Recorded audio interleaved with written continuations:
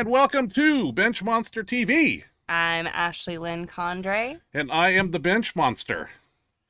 We're really excited for our show this week. We have a very special guest. As you know, we have Shawna Mendelson waiting in the wings, so let's not We're not going to waste any time. We're going to get her in right away. Here, he'll introduce her a little bit. I have an introduction I'm going to read, and then we'll bring her on. So I'm going to play her all-time world record bench press, 545, as I'm talking, and then we will bring her on. Our next guest tonight is the owner of Blue Collar Barbell, located in Bohemia, New York. With her better half, Jay Curry, she is a CSCS, Certified Strength and Conditioning Specialist, and has been in the sport for 22 years. She is ranked number 1 of all time in the women's 181 Masters full power, and also with the heaviest total by any female in women's Masters, regardless of weight class, with a 1,685 total. She's ranked number 2 of all time in the 181 full power women's open division with a 1,685 total. Her best powerlifting numbers to date are 725 squat, 545 all-time world record bench, as you see right here, and 510 deadlift. Please welcome our next guest, Shawna Mendelson. Hey. Hi, Shawna. Hi, guys. How you doing? Hey. Ashley, Thank you scoot so over much so for we can see having you. me. This is so awesome. Thank you for joining us. We're so excited to have you. Yeah, hopefully everybody can So hear us. cool. We had some internet difficulties, as we always Shocker, do. right? Right up to the last minute, so thank you for bearing with us. And So we're a minute or two late here. we're embarrassed. So as you know, Shawna, we have a whole host of Some questions that Ashley will ask you, and we'll run through those, and then we'll get over to the chat box and see we'll what's going on see what's over going on over there. there. We'll have some questions over there, and hopefully everybody in the chat box can hear us. If they can say they can hear us, please say hello. Yeah, if you can't hear us or if there's any internet issues going on, just let us know in the chat and we'll try to figure out what's going on. But we'll go ahead and get started. Get started, yeah. Does that sound good? Sounds great. I'm ready. All right. Let's do it. So did you play any sports in high school? If so, which ones? And did you lift back then? So, I didn't play sports in high school per se. When I was in junior high school, getting into high school, I played ice hockey. Oh, that's cool. Yeah. So I was left wing. Nice. And I played ice hockey for probably around like 4.5 years. Oh, wow. I didn't know that. That's cool. So it wasn't like part of like my high school athletics. I kind of like did it on my own out of school. Right. But it was awesome and I loved it. And That's really that's how I got my big old quads. Nice.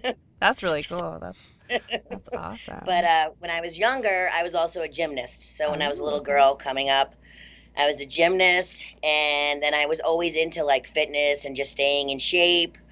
And so I've been lifting for a very long time, probably since I'm like 14 years old. Okay.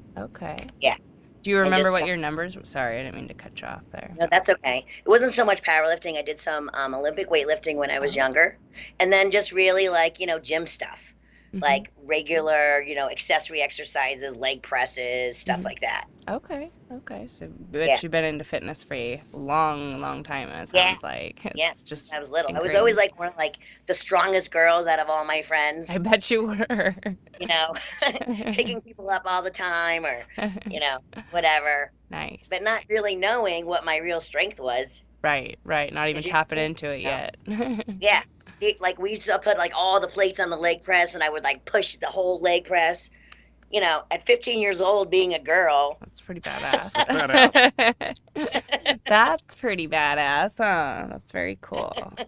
Very cool. So, Okay. yeah. Perfect.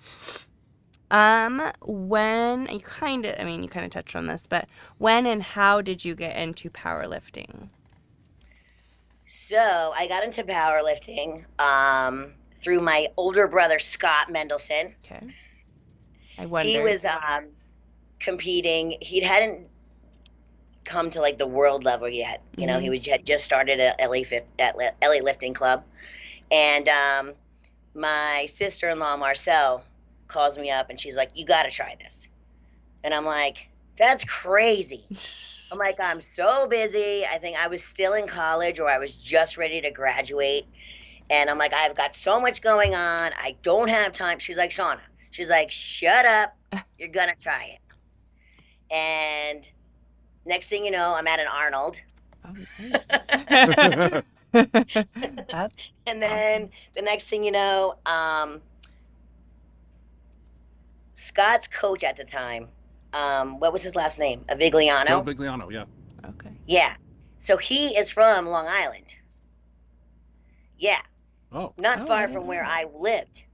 And he trained at Iron Island Gym when he lived here. Now, Iron Island Gym was like the best strength training gym on the East Coast. Dr. Ken Leisner used to own it. Mm. And like he did stuff before anything was ever really invented. Like he did strongman before strongman ever existed. Oh, wow. So there was a huge powerlifting team there. And we were at the Arnold one year, and Joe introduced me to Chris Taylor, who was a powerlifter from back in the day. And that's basically how I started. So I Okay. started at Iron Island, and then that was like the rest is history. The moment I walked into the gym, I was like hooked. But I thought I was going to be a bench specialist. And you I decided never to thought rock I it was all gonna be three. full power. Did you? Well, I guess I'll kind of jump ahead. I'll wait for that question when it comes up. Did you want to say anything more about that? About how you got into Oh, it? about being at Iron Island. Well, it was a tremendous experience. While I was there, you get to meet and greet with so many different lifters around the sport. I mean, we traveled. I think I competed in almost every single state in the United States. Oh, wow. Oh, wow. And, you get to meet so many great people. Mhm. And then through being there, that's when I met Louie. Oh. That's when I met Rick Hussey. And then from there, that's really when I started to truly learn how to lift properly. Like I used to take video, what do you call it? Cassette tapes, VHS. VHS tapes, and send them to Louie and to Rick Hussey so that they could see like my squat, my bench, because that's the only way we were able to do it unless like we flew everywhere. That's right. Right. So, yeah, and then I would fly to go meet everybody to learn how to train properly, and that's kind of like how it started. So, I would get my form critiqued every other week, and I was so grateful for that. And then to get to train with like Becca and Kara and Jill Mills and all those people that I came up in the sport with That's cool. was phenomenal, That is really cool. So having a place to start where I started really was a blessing. Awesome. Yeah, that sounds like a great place to start. Very cool. When and which powerlifting meet was your first? How did it go, and how did you feel about it afterwards? So my very first powerlifting meet was at Iron Island Gym. Okay. I don't remember the year. I think it was probably, I don't know, 99, Okay. something like that. And actually, so when I got into powerlifting, everything was geared lifting. Right. There was no raw. Mhm. So, and I learned how to lift in like poly shitty suits. But so when I did my very first meet, Karen Klein, who used to make powerlifting Yep. gear, she had come out with a denim squat suit. And there was a woman on my team by the name of Joyce Tactile. And at the time, she was already in her 40s. And I had tried on this suit that I got from Inzer, and it was so freaking small, I couldn't even stand up straight. That's how freaking small it was. I mean, it took me an hour to get it on, and the straps were so tight, I was literally like bent over. And John Bott says to me, Shawna, stand up. I'm like, I can't. He goes, you got to stand up. I'm like, dude, I cannot stand up. It won't move. So this is at the meet. Oh. Because, of course, shit. I didn't try my suit. Yeah, my very first meet. Oopsies. So Joyce had this denim suit in her car. So Chris Taylor yells at Joyce, "Go to your car, get your suit." She gets it, she brings it back, and my very first squat ever was 400 pounds. Oh, wow. Wow. That's awesome. Yeah. That's a So good start. yeah, that was my first meet, and I don't remember what I totaled. I think it was like 12 something or 13 something Jesus. my first meet, but it was a really incredible experience, and that was, I think, the first time I met Kara in person because she actually was running the table. Oh, nice. Okay. Yeah. Sounds like a good positive experience, other than a little bit of It was awesome. Shenanigans. I mean, chaos There with was- the first. there was like 100 lifters there, and they were from all over the East Coast. And I mean, I think Pat Susko was there. I mean, there were like so many, like OG awesome people, that I'm still friendly with today. Let's go. Very nice. So really, really cool experience. Wow. Yeah, it sounds like it. Sounds like a great first meet. Let's see. So the next question was, did you start out equipped or raw? And you answered that already. It sounds like you started out equipped because that's how it was back then. Yeah. I mean, there were raw lifters, but at the time, I mean, like everybody was wearing equipment. I mean, like we still trained raw, but if we were going to compete, I mean, APF Nationals, there was nobody raw. No. Right. No, That's how it ever. used to be, huh? So, yeah. And it was just gnarly back then. It was. Those were the good old days. Yeah, it really was. Like, when I talk about it today, like to the guys on my team who are younger or haven't really experienced it. I mean, there's one guy on my team, his name is Cord Anderson, and he used to lift with Chris Confessori. Oh, wow. Yeah, that was his workout partner. Oh, wow. And so Cord remembers like the old days because he's like 52, But like when I talk about it to like newer lifters today, like they think they get it or grasp it. They don't have a clue. No. No. Definitely not. Yeah. So No. much different with the raw movement these days. Yeah. These days you go But, to the meet and it's opposite. It's, maybe one or two people equipped, but At least out You know here. what? at least here. I don't think that's the case everywhere, because I know when we went to Columbus for the Arnold, I was stunned at how many people were still, equipped and stuff. Well, I think that equipped is definitely starting to make a huge comeback. I think so I think too. so, too. Don't you think these band shirts might be contributing to that? Or do you That, think it's just and kind I think that, I think everything has a bubble. of... hmm And I think that, like raw lifters are seeing really like what equipped lifting is more about. Yeah. Especially since like the WPO came back and it had like that ESPN, surface. Yep. I think that a lot of raw lifters became more curious. hmm And I think that there's so much more available on the internet of, younger people who are coming up through the pipeline who are, internet coaches or whatever they're doing, trying to kind of just, spread, the knowledge of what geared lifting is and how it can really protect you as a lifter. Right. I'm still lifting today because I wore gear, True. I'm sure. I'm sure that definitely. So, I mean, it saves your body, like, no doubt. Yeah, the longevity of raw lifters around here is not very long No. from what we've seen. No. No. What, 3 years, maybe? Yeah, 4 kinda. years? Yeah. Yeah. Right. Then they all get hurt, Yep. and it's like disastrous hurt. It's not even like, oh, I tweaked something. Right. It's like I blew off my quad, right. I know. Yeah. Something that's gonna take forever to recover heal. from. And Yeah. yeah. I mean, when we were in York just this past weekend, I would say 30% of the lifters were raw. Oh, Everybody else was in gear. Okay, so That's it's a good still thing. really Yeah. popular where you're at. See, over here, it's Yeah. just raw has taken over where we're at. It's crazy. Yeah, it was like that for a while here too. But like I said, I definitely went think tides are changing. That's good. It'd be kind of cool to see equipment make a comeback for sure.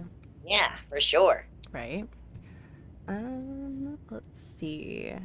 Where was I? What were, I know you told us your squat was 400, but what were your other numbers at your first meet? What were your bench and deadlift? Do you remember?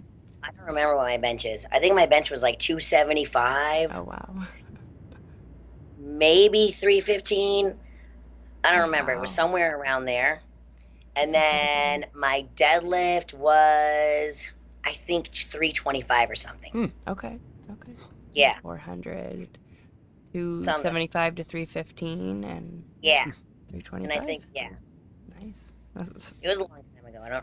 I have my books, though. I have all of my books from back then. Do you?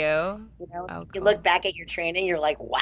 Isn't it fun to do that? It's crazy. Like, see what you used to struggle with, and kind of cool, huh? You usually It get is. to And then see like the I have progress. videos and stuff that pop up, and like you look at like, you know, your squat, and you see how you used to bench, and you see what your form looked like. Right.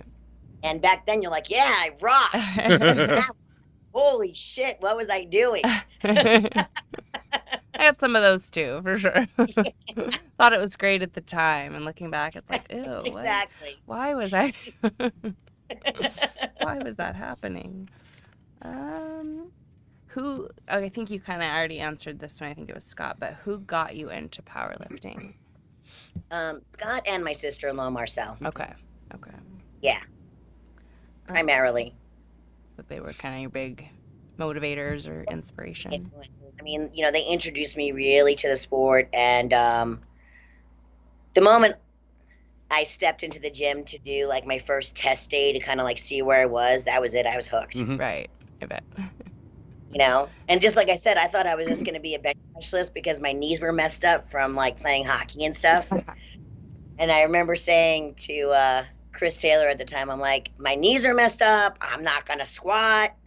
You know, my patellars, they're off track, blah, blah, blah, this whole thing.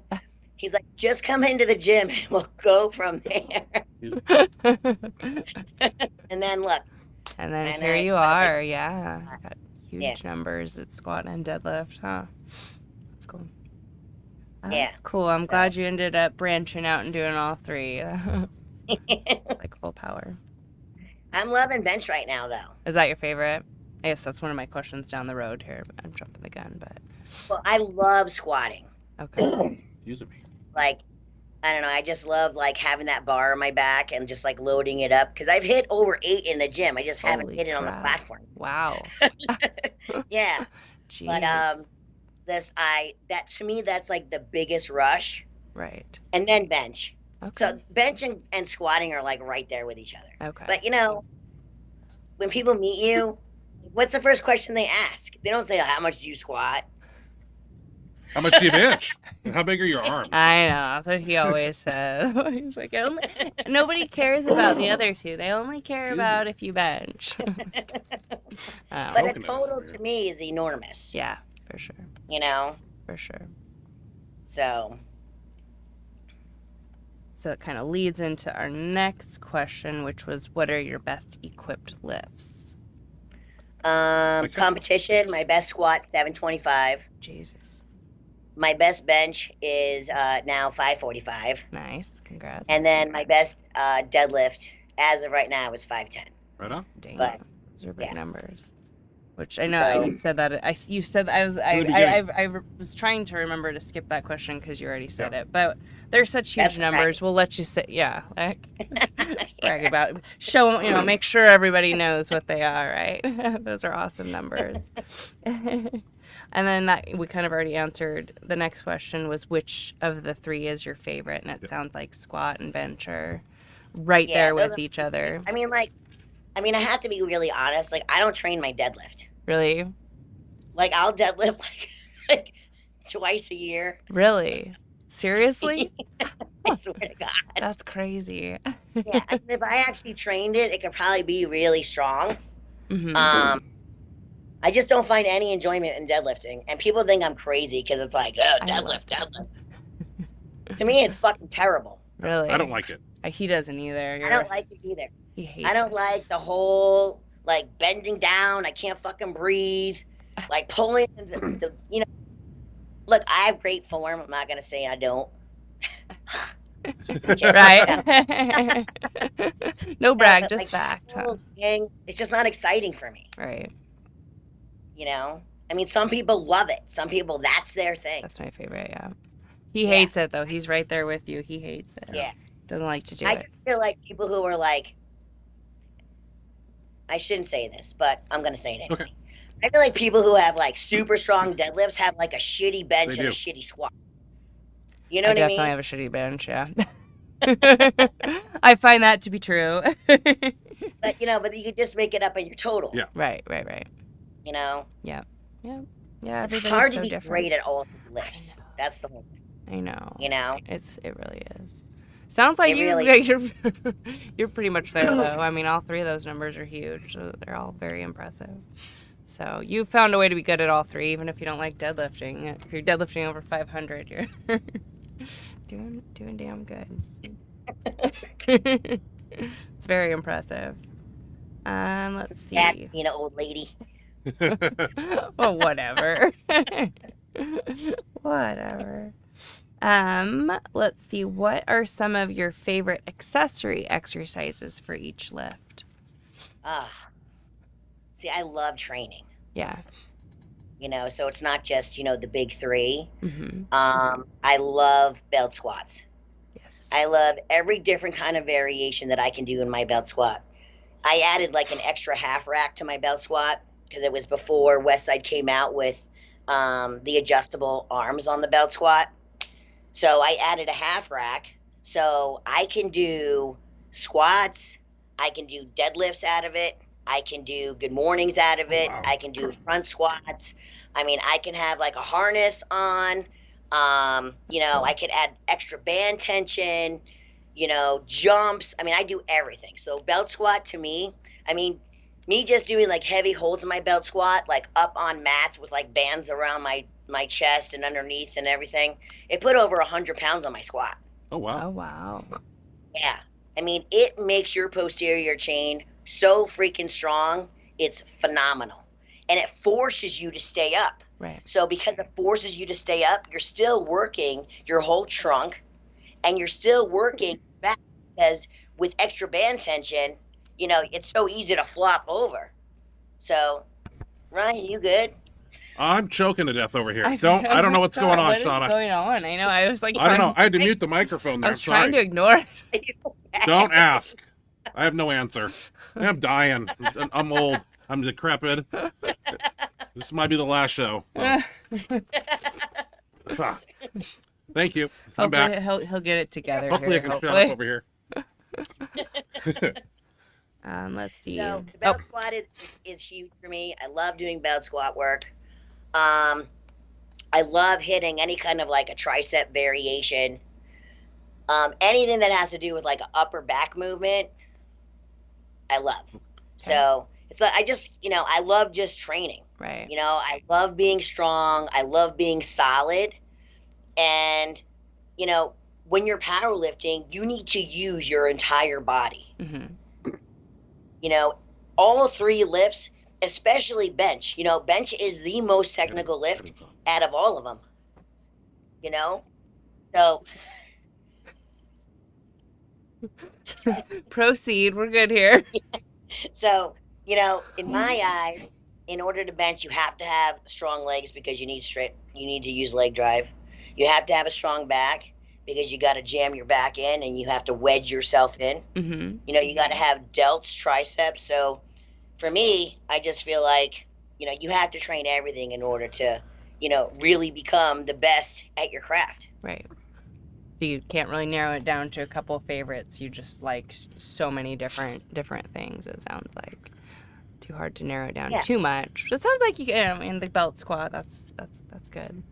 That's one of my favorites too. Any other exercises you want to mention before we move to the next question? That kind of Anything having to do with like strongman, like Okay. yoke walks, sled drags, holding like heavy medicine balls. I also love another exercise that Hoff showed me for your triceps. It's called 8, 8, and 8s. Okay. So you use like a curl bar and you lay on a flat bench and you attach a band underneath the bench to a side of the bar. And you go 8 this way, straight up. Oh yeah, you do. You go 8 this way, and then you push away 8. Oh, Isn't that what you guys Yeah. do that you call we Dave Hoffs? we call Hoff presses. Yeah, Hoff we do those presses, for yeah. accessory movements. Oh, Yes. you do? Yep, he We loves those nickname our too. tricep assistants work here, and That's Hoff, awesome. Hoff presses is one of them. Yeah. Yeah, so we call them, well, on the Hoff will call them, they're 8, 8, and 8s. Okay. So that's probably one of my favorite tricep exercises. That's a good one, definitely. Okay. Yeah. Excellent. What was one of your favorite or most memorable powerlifting meets that you've done? Oh, my favorite powerlifting meets that I have done were the Westside Pro Invitationals that Donnie Thompson put on. Okay. Rogue sponsored them, and I did them 2 years in a row. They were, I believe, I want to say 2013 and 2014. Okay. Because I was bodybuilding, and Donnie messaged me. He's like, "You need to come back," and I'm like, "What do you mean?" He goes, "I'm gonna run these meets." He goes, and I need you to compete in them.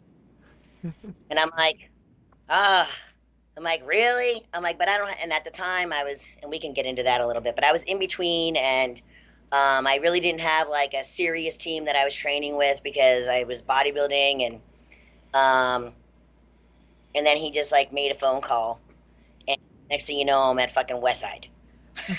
Cool.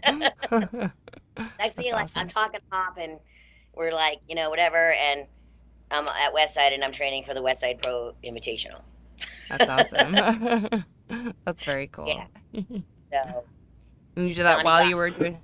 like back into the sport and really like loving the sport again. That's awesome. That's awesome. Yeah, he's fucking awesome. He's like one of the best dudes ever. That Louis or Dave Hoff or both? Donnie Donnie Thompson. Thompson. Oh, Donnie Thompson. Sorry, the person that put on the meet. I gotcha.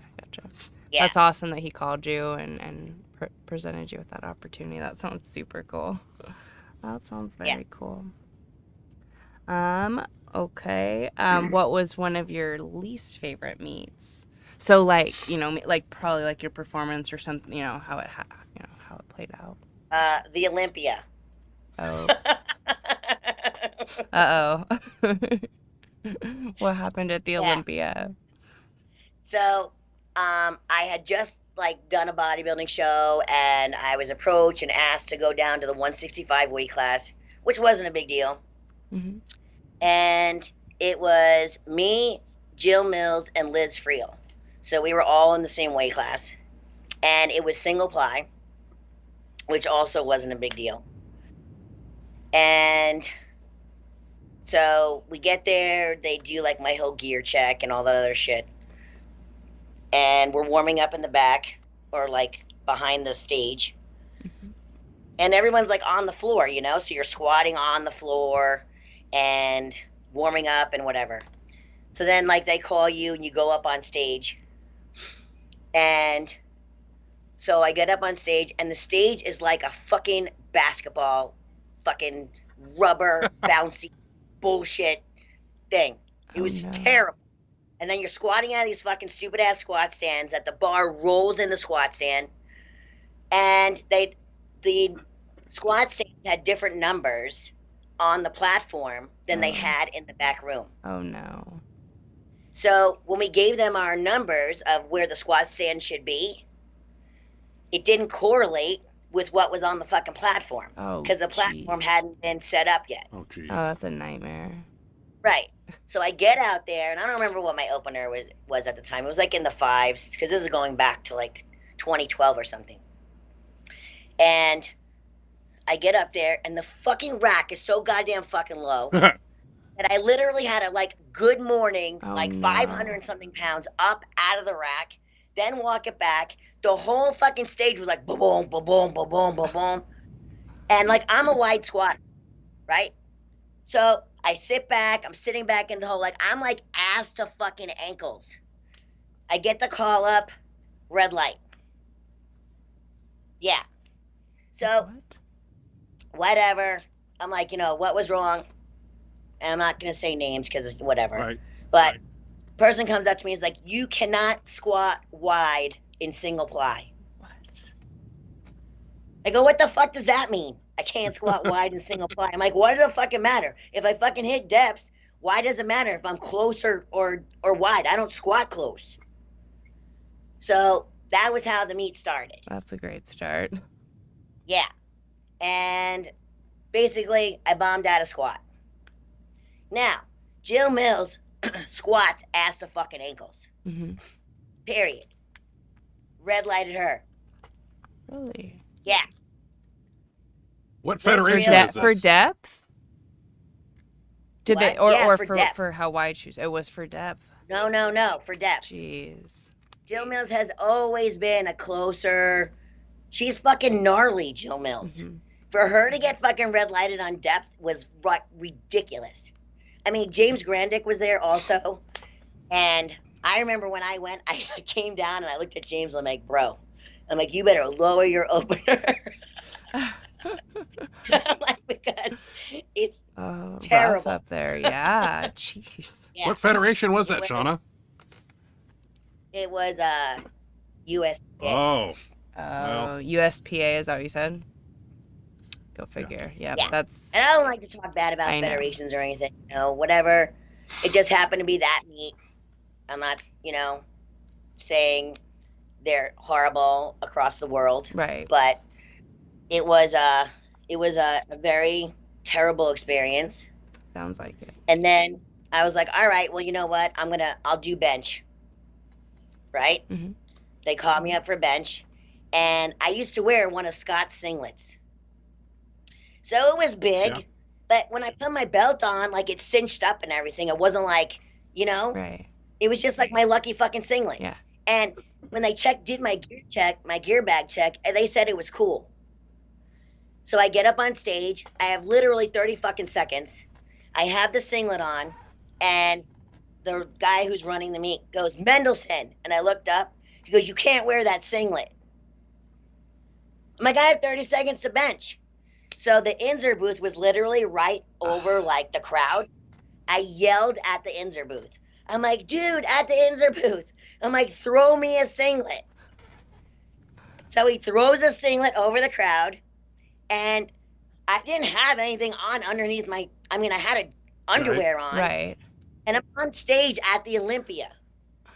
I just took the shit off, skivvies, and just threw on the other Gotta do singlet. what you gotta do, man.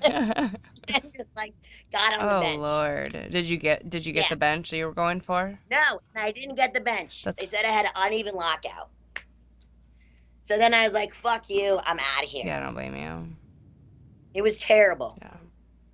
That sounds Like serious, yeah, it was I never competed there again, never did I want to, and I moved back into my multiply world. nice. yeah. I'm not a fan of the USPA, and I make Yeah, that he's known here. not Yeah, either. I'll never do their meets again. So Yeah.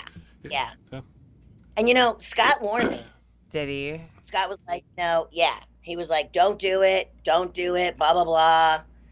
They know you're a multiply lifter. They're inviting you because of, A, B, and C. You know what I mean? Yeah. So I was like, well, I thought it was an honor to be invited to the Olympia because I had never competed there before. And so that's why, I love Jill, and I wanted to be on the stage with her again. Mhm. And, so that's really why I did it. But, yeah, that was my last USPA meet ever. Yeah, that'll do it. Sounds like a very Yeah. unpleasant experience. It was it was hell. Yeah, it was not To put it It was politely, awful. yeah, that's rough. Yeah. terrible. That's very rough. Yeah.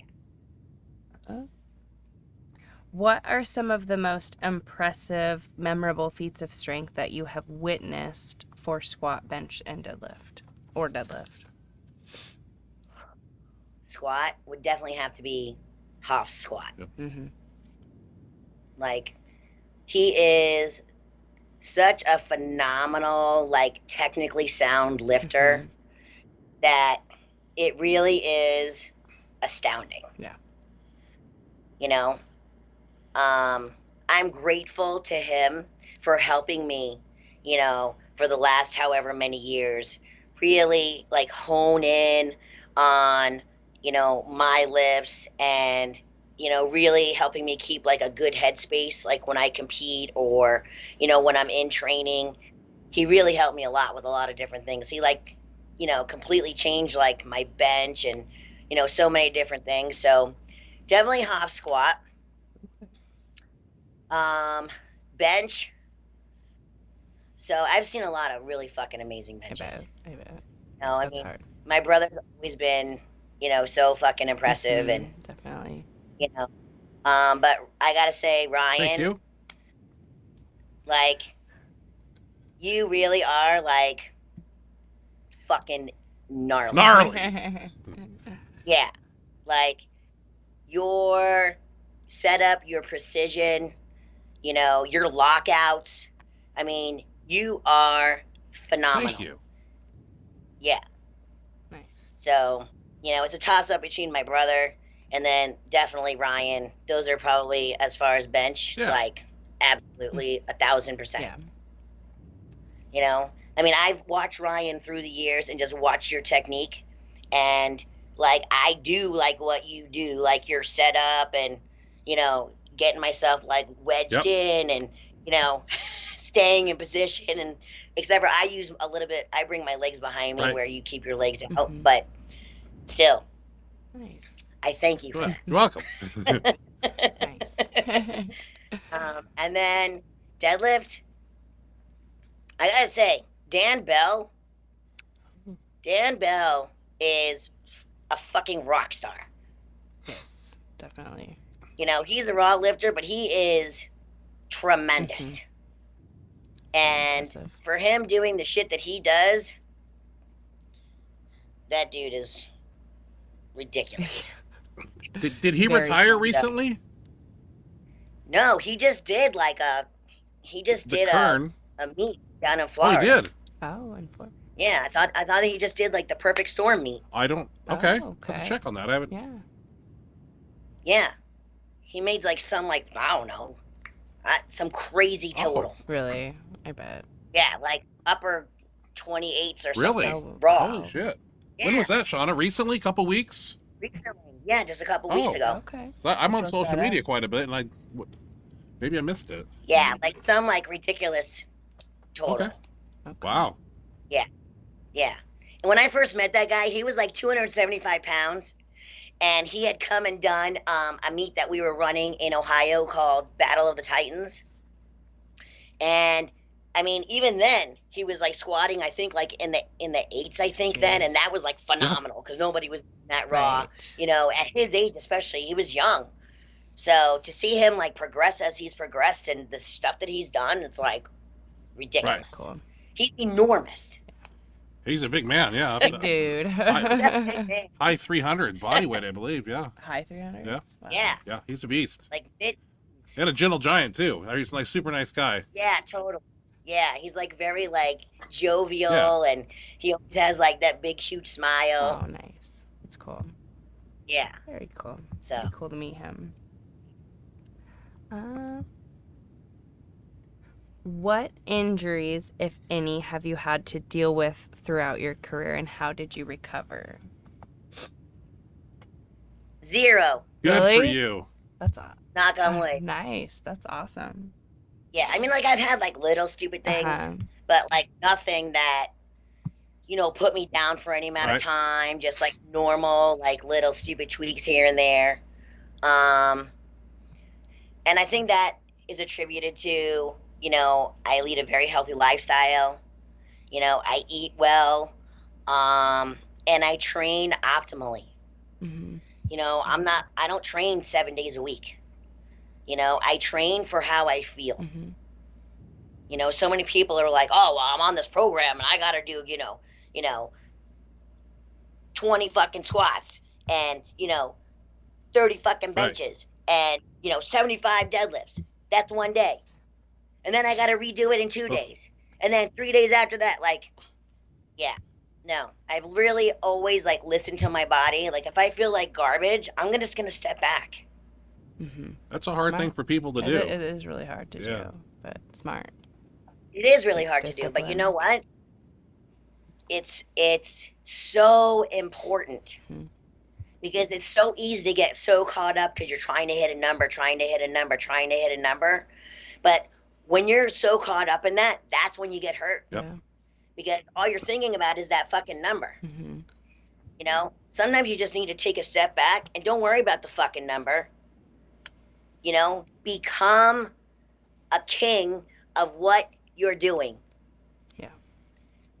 You know, become the student and the teacher of what you're doing.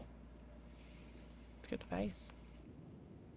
It's huge. Listen to your body. That's what I always tell my guys. He does. He says that all the time. Listen to your Yeah, body. because, you know, so many people are like, oh my God, I missed training. What should I do? Nothing. Go work out. Go You know? work out twice as hard and do the workout twice in a row or something. Yeah, I mean, Right. It's like ridiculous. You know, there's sometimes like I'll be coaching somebody and like they, you know, they might tweak something or they just feel like so run down, you know, and sometimes, you know, maybe they weren't able to get in a workout and then they'll send me a message and they're just like, you know, I couldn't do this. I'm so sorry. I'm like, it's fine. We're just going to move on to the next. Right. It's not a big deal. You know? Yeah. We're not, you know, we're not going to, the world's not going to stop because, you know, you had to pull back a little bit. Right. You're going to get better. Yep. It's better in the long run to do that. Absolutely. Hard to make that decision sometimes, but usually the right one. Usually better off. Live to fight another day, huh? Yeah. Okay. Well, that's awesome that you have been able to avoid that for the most part. What are some of your best training lifts? Squat, bench, and or deadlift. It can be max singles, but it doesn't have to be. It can be if you had a big set of a lot of weight or something. Just in the gym. in the gym, yeah. This squat is 835. Nice. That's crazy. My best bench is so far 600 to a 2 board, Okay. Okay, nice. which I smoked just like a couple weeks ago. Nice. And then my best deadlift is 550. Okay. Very nice. Very nice. Yeah, and that's from the pool. Impressive. Very impressive. If I could put all those numbers together like in one Oh week, yeah. Jeez. yeah, rock star. That'd be crazy. It'll happen. Never happened It'll like happen. that. Yeah, it'll happen. I don't think so. You don't think so? You don't think it'll line up on the same day? That perfect meat. It's hard. It's hard to have them all show up on. I have not ever gone 9 for 9 ever my whole entire career. Really? I don't know that Ever. either. Ever. I mean, I don't even. I think the best I've done is like 7 for 9. if you're really pushing yourself, you're not always gonna get 9 for 9 if you're really going for an all-out max. Yeah, like when you're going for like maximal numbers, it's very difficult. Yeah. For sure. I agree. You know, my first squat, that's like a iffy. I'll either get it or I won't. Because it's either like my straps are a little too tight or whatever. Mm-hmm. My second squat, I'll always get. Really? Always. My third squat, again, sometimes like I get a little overzealous, shit's too tight, or it's too loose, or I fucking lose my air, fucking coming out of the hole. Right. You know, it's stupid ass shit. Right. That stupid ass shit that gets in the way, huh? It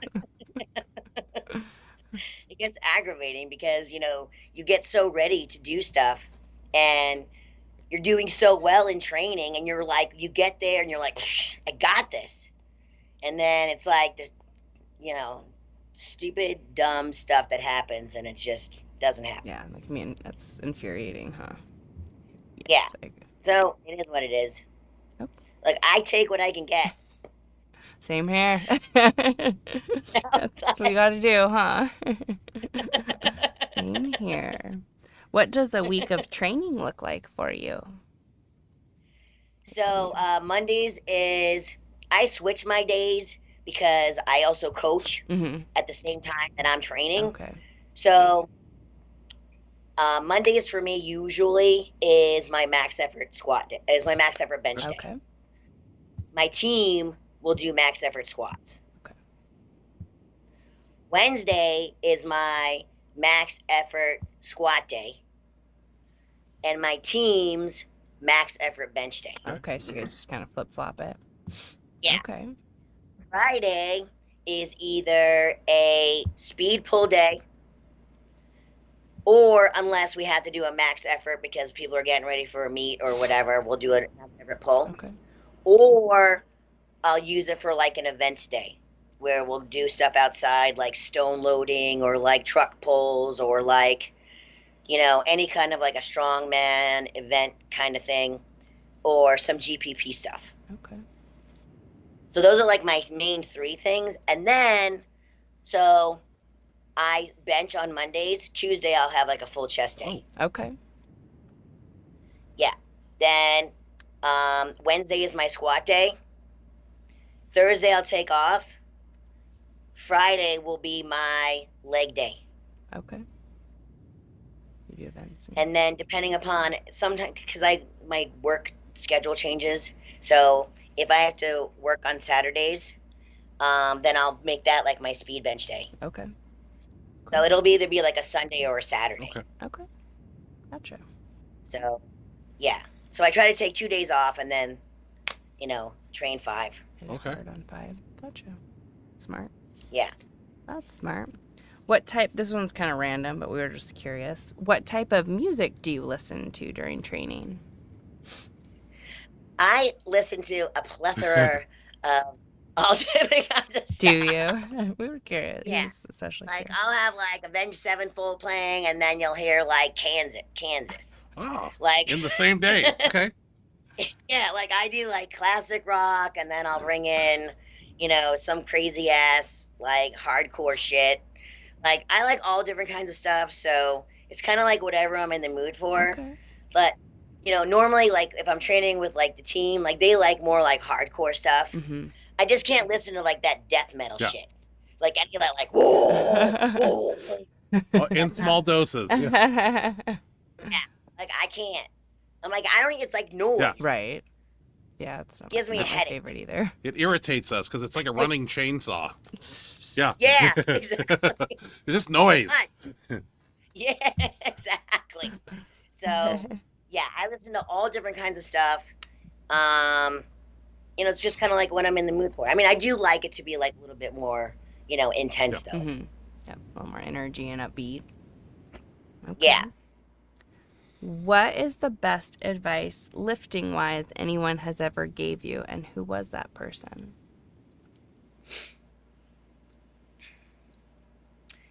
You have one job. Lift the bar up and put it down. And that's my I just brother. rather- thought I knew might that be. was him. And the other one is take out half of your brain and insert a sponge. That's a good Is that one. I also like that Scott? one. Yeah, because this way, you know, you're always learning. Mhm. And even though you may think you know everything, you don't. I learn new shit every freaking Same. day. You know, and it may be from like mobility, may it be from training, may it be from just me opening up like, you know, the West Side Book of Methods and just like turning to a page and be like, oh shit. You know, there's so much shit that like you forget that you may have known or that you learned, and then it's like new again. Right. Exactly. You know, there's so many things that I refer to from even just like back in the day, and that, you know, sometimes reinventing the wheel doesn't make any sense. Right. You need to be like true to what you started with, and sometimes going back to like what your roots are, for sure, you know, can be so effective. Definitely. I like both of those pieces of advice. Like the take out half your brain and insert a sponge. That's good. Yeah. Good one. Very good one.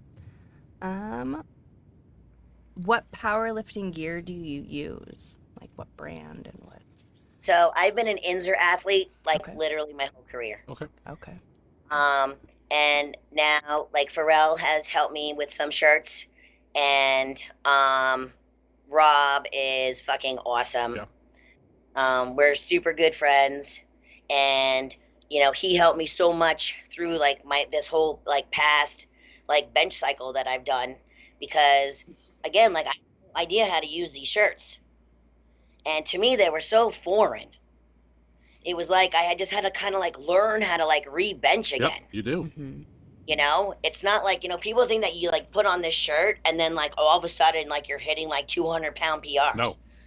Not at all. Like when I first put the shirt on, I was like literally almost passed out because I got choked out. Yep. So Very like different. I remember when I first got it, and it was like so uncomfortable, and it just feels awkward. So Rob has been so tremendous with like me literally sending him a text and just like showing him how it like looks on me. And then through every single workout, I send him my bench videos as I'm training. Oh, nice. And then he critiques me literally while I'm training. Oh, Oh, wow. wow. That's Yeah. cool. And then like we had him come out for a bench clinic. That was the best fucking thing I ever fucking did. Really? He seated my shirt on me. He showed me exactly where it's supposed to be on my chest. How, like, when I set up, you know, like not to lift your arms up, to keep them close down so that this way the shirt doesn't shift at all. Where to put them on your elbows so that this way it's not super jacked or that it's just jacked enough. Mm-hmm. Like, I don't even need to jack my shirt really. And I just wear a two-ply, you know? So it's a whole different animal. Mm-hmm. And so that's really why I went to York this past weekend, was because he and I were talking, and I remember him telling me he was going to be competing there. And I was like, well, who else better to handle me than him and Logan? You know, his workout partner, Logan, that kid is fucking awesome. That kid hands off like perfect. He puts it right into your groove. He sets you up on the bench. Like Rob, like completely put my shirt exactly where it was supposed to be. I had fucking Rob on one side. I had this other guy, Adam, on the other side with the 3-man. And so as I'm benching, Rob's coaching me from the side, like so I could hear. You know, it was just like Nice. couldn't have been more perfect. That's Wow. awesome. Yeah, very cool. like he really, like I really owe him so much. Like he's been phenomenal. That's cool. So That's yeah, nice. it's really cool. Okay. Yeah. Very cool. And like he's so easy to talk to, and so yeah, you know, I'm lucky that I have like great people in my corner. Yeah, that's awesome. That's so important. Huh. The people It's around huge, you. Yep. Your know? support system. Yeah, That's awesome. Sounds like you got a great one. That's very cool. yeah, no, I'm lucky. Good. I never take anything for granted, Good. you know. Right. It's so easy to do. I mean, so many people do, but that's great that you have a great support system and you appreciate them, and that's awesome. Let's see. What is something about you that would surprise us? Whew. Yeah, it's kind of a big Let's one. see. Gosh, I know I was like trying to think of something that would surprise you. Oh, well, I don't know if it's like a surprise, but before I ever owned a gym or anything, I used to work in the garment district. I have my undergrad in fashion. Oh, really? I never knew That's that. fascinating. Yeah. That's a So good I worked in one. Manhattan for like 9.5 years Oh, before wow. I ever opened up my gym. And then after I left the garment district, I became an executive recruiter. Oh. And I did that for a few years. And then while I did that, I went back to school and got my master's degree. Okay. That's fascinating. That's a interesting. good one. Yeah, that is very Yeah. very surprising. That's cool. That's cool. It's very fascinating. That's a good one. Anything else you want to share? Anything else you think would surprise us before I move to the next one? No, I don't think so. That was a good one. That was a good one. Thanks. No problem. Let's see. If you had an opportunity to go back and do it all over again, would you change anything? And if so, what would it be?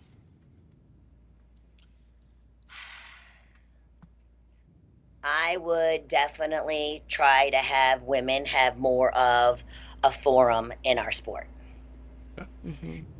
You know, I feel like, I mean, for example, Becca Swanson, Mm-hmm.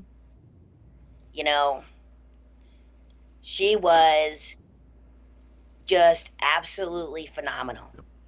And, you know, same with Jill Mills and, you know, Laura Phelps. And, you know, at the time, like when the Arnold was going on and the WPO and everything, like women were just guest lifters. They didn't want to pay any money.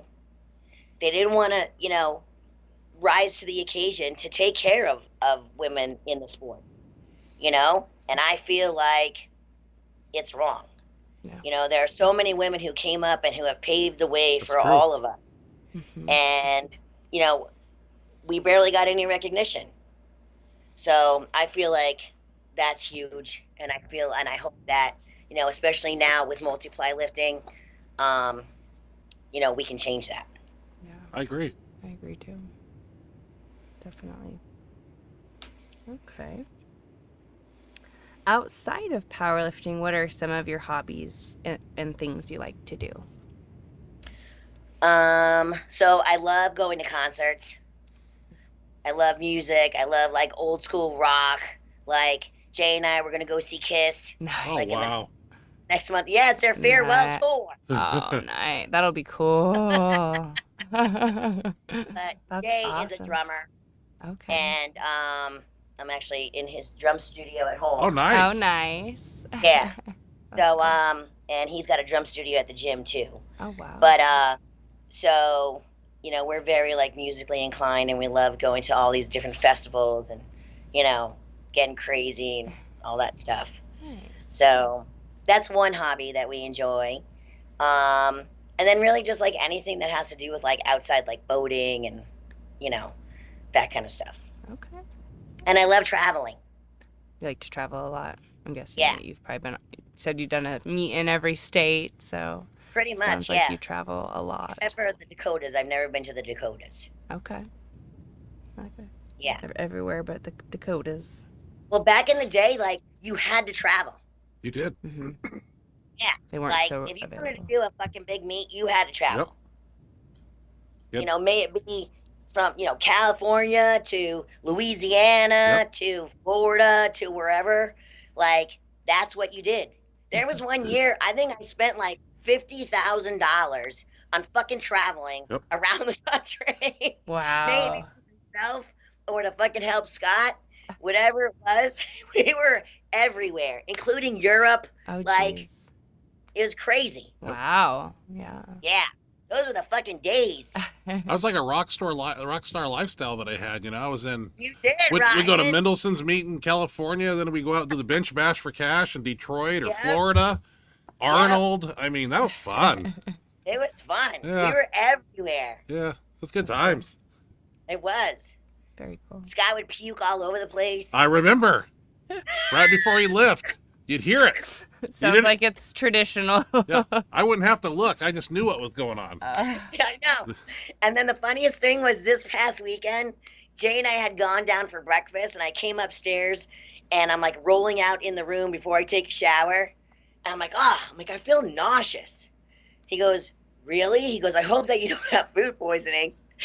And I'm like, no, I'll be all right. And I'm like rolling out. I'm like, nope. Oh, no. What happened? I'm like, Oh, no. Oh, no. Oh. I'm ready. Yeah, that means you're ready. That means you're ready to Yeah, go, right? that's what Mendelson Ready to told me. kill it. He knows he's gonna have a good meet when he pukes. So said True. something like that to me. Yeah. Yeah. That's crazy. So funny. But yeah, we had some good times. It was great. Yeah. Okay. Yeah. Let's see. Can you tell us a little bit about your bodybuilding career? Like, when did you start? What shows did you do? How long did you do it? And anything else that you'd like to share with us about it? Sure. I think my first show was in 2010. Oh wow. Yeah.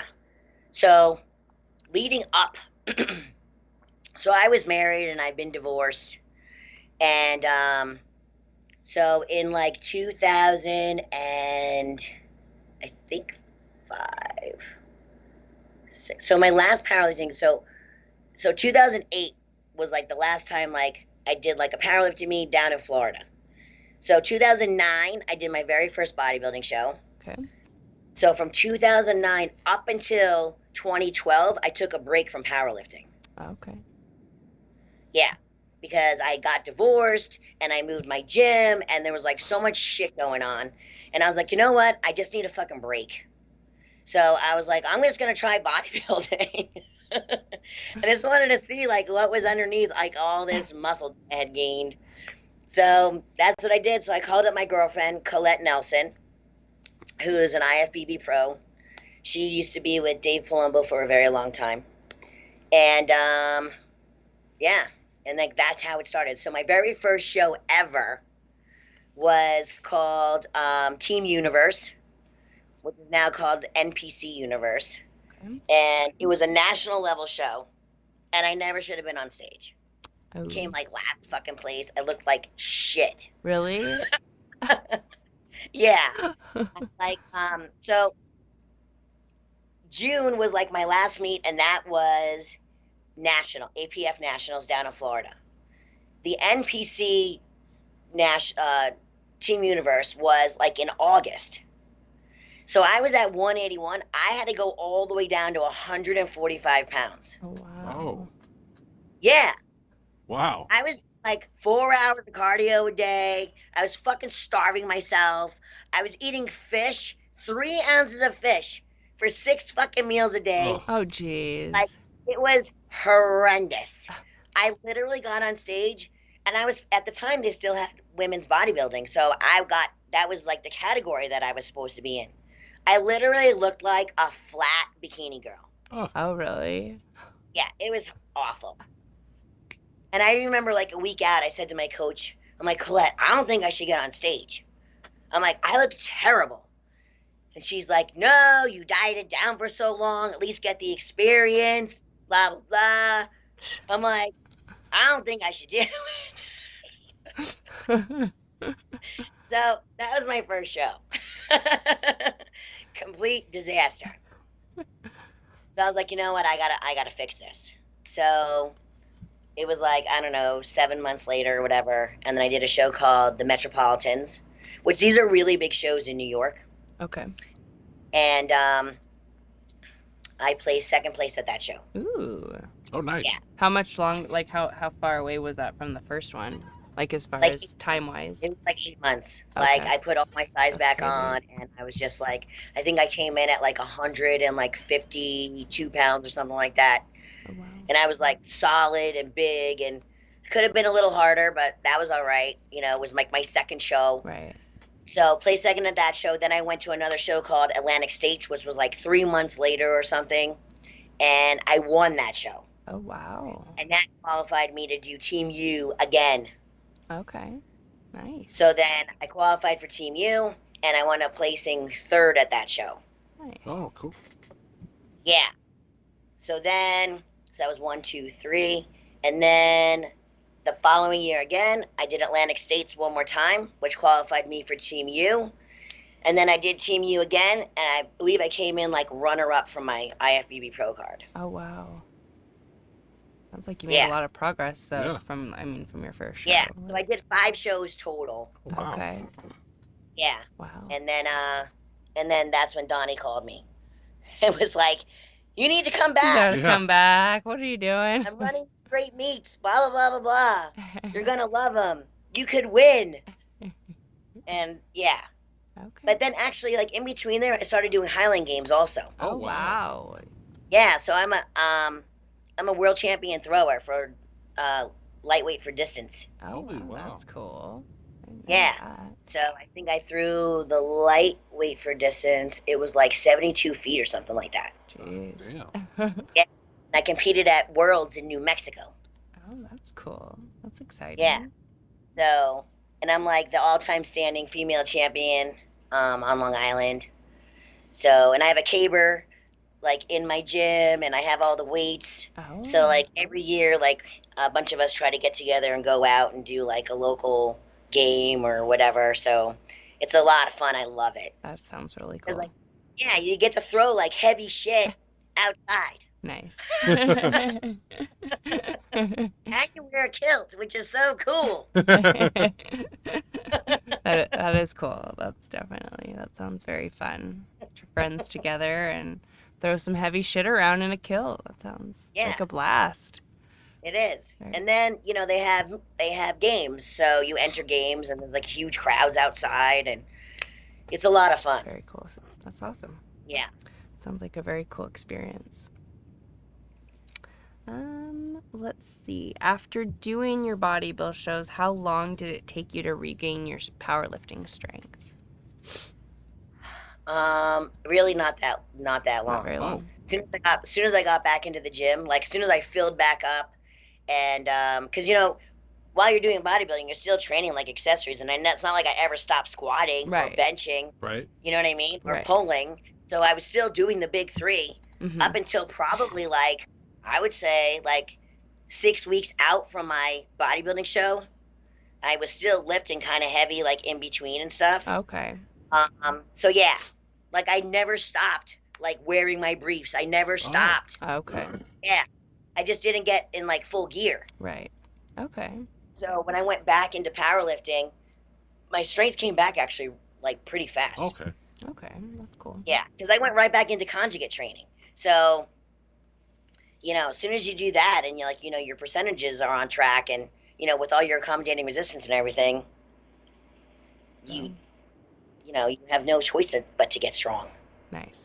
That's cool. scary for me because a lot of people always want me to do a bodybuilding show, and I hate to like go from where I'm at strength wise all the way down to like a 4% body fat and struggle with 315 on the bench. I don't know if that's what happens, and then have to come all the way back and climb that mountain again. And I just didn't know how long that took.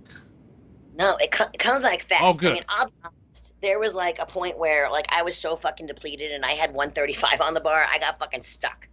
Oh, that would fuck with my head. I mean, dude, if I struggled with 315, it's gonna kill me. So I was training with a bunch of my team, and I'm like sitting there and I bring 135 down, and it like literally I had no glycogen. I was so fucked up, flat. And I'm trying to like push it off my chest. I couldn't fucking move it. Oh wow. And I'm sitting there, and they're in the rack deadlifting, and I look over, I'm like, help. Help. No one's paying attention. Oh. Help. No one's paying attention. I'm like, you guys, I'm fucking stuck. And I'm not like, laughing. Are you kidding me? I'm like, no, I can't get it off. Come help me. So, yeah, but that's like when you're like so freaking depleted. Though. You got to remember, you know, as soon as you start putting calories and stuff back into your system, your muscles come back. And yeah, it comes back pretty fast. It's not going to come back within like a month, but it'll come back. You know, especially if you can start using like a slingshot right away and stuff. Okay. You know, it comes back fast. So you want to do a bodybuilding show? They keep saying it. We had a great 3-lift power lifter out here, raw guy that was 800 squatter. He was over 300 pounds. He did a bodybuilding show, and he never came back. And he said he can never get his strength back. And that was 8 years ago. But I'll never forget him saying that. It kind of freaked me out. So. I wouldn't say never, but it's one of those things that if I was to do it, you know, I want to do it to my best ability, and I don't know, you know, I don't know what's under all this. You know, my legs are under proportion. You know, I'm a big upper body, so I got a lot of work to do. And what's the reward? You know, just to say I did it, and I'd probably lose. You know, I'm not good at it, so no matter how much time I put into it, and it would be a one-time thing, and then I would be pissed because I took fourth, and I'd say, well, I want to do one more, and. You know how it is, that competitive nature, so. I know. That's exactly what happened to me. I was like, there's no way I'm going out fucking last. Yeah. Right. Yeah.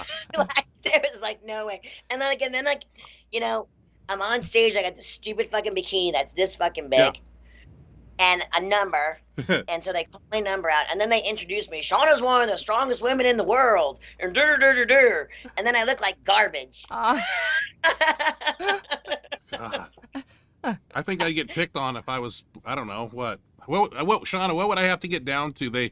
Would like 250 or 240 or something? I'm 325 right now, so. You know what? This is the whole thing.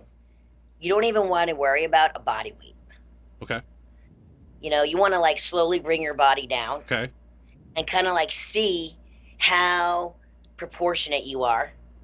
and kind of like see if you have to bring things up, if you might have to bring things down. Like, you want to be as symmetrical as you Right. possibly can. So thinking about having to lose, like, it's at the max, I would say at the max would be maybe 20 pounds. Okay. Oh, wow. You know, it all depends like where your body Right. fat is. Yeah. But 4%, I don't know. 4% is really fucking low. Yeah, I just throw that number out because I assume Yeah, that's yeah, where yeah. they're at when they're on stage. Yeah. And they're that's like cramping a- up, and yeah, I know a little bit about it, so. Yeah, that's like Olympia though. Okay. You know what I mean? I know you got to be super dry, and you got to show every. You gotta be super dry, but you also have to work with somebody who knows what the fuck they're doing. Yeah. Yeah. And we have a few people around here that know their stuff. It's a whole Yeah. commitment. I'm really old now. I'm in my 40s, and I don't Yeah. know. You know, I don't. Yeah. Should I go that brick road or stay on this golden brick road? With these new band shirts, you know, that's what's keeping me on the powerlifting road, because I've been waiting a long time for a shirt that works. You know, like I said, John Yeah. Inzer made a great shirt that worked for me, and then he switched the material, and I just couldn't get it Yeah. to get it to work. You know, but these band shirts now are just they're mind-boggling of what you can do in them once you learn them. So it's got me kind of reinvigorated. Excited again. Very Yep. intrigued. Yeah. Yeah. I think that what's the most that you've taken so far in your 3-ply? To the chest, or Just like bringing it down. we tried to get 900 to come all the way down a week ago, and it was locking up. I went to 1,000, I brought it down, and I put the oh shit brakes on with my lats, you know, Yeah. like Yeah. I was in a fucking phenom again, and reverted to Yeah. that form. And then I went back and watched Rob Farrell's 1,000-pound bench, how he has his elbows out. Then I watched Bruce Mason's video. Then I was watching your video, and I'm like, maybe I got to pull but that freaks me out. I don't bench like that. You know, I spent 20-some years, you know, kind of tucking my elbows somewhat. So talked to Tiny Meeker last week. He helped me out a little bit. So I'm getting closer. You know, I lift a lot in the slingshot, but, you know, and I know it's very similar in these shirts. It's just that style of keeping the elbows out and stretching that material. So I'm learning it.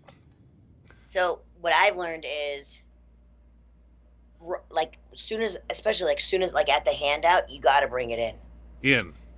Break the bar. Oh, break the bar. Okay. So break the bar so this way your lats are there. Okay. Right? And then just follow that path. Follow it.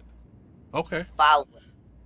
I just think I'm squeezing too hard at the bottom, you know, and kind of. And I think that you're also thinking too much. Yeah, of course. Yeah. Oh, definitely overthinking. I was doing the same exact thing. Like, when I look at like my earlier videos, I mean, I've only been in the shirt for like a fucking month and a half. Oh my God. Oh, wow. You know, right? But when I look at the first videos where everybody's like open, Yeah. I don't bench like that. I don't either. And Rob doesn't bench like that. Okay. He benches very similarly to us, like how we bench. It's hard to tell So in his video. If the camera Yeah. was right over him, I could, but from the angle, it's hard to tell. He's like this. Okay. The same thing. Okay. So when you get the handoff, don't take any of the handoff with you. Oh. Okay. Let your guys do it. Okay. So just keep your hands on the bar. Don't try to lift up and out. I help him. I lift up and out. I know.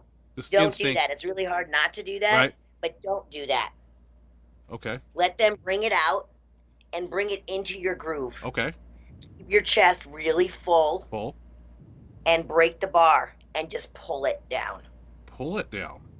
Okay. Pull it down. Okay.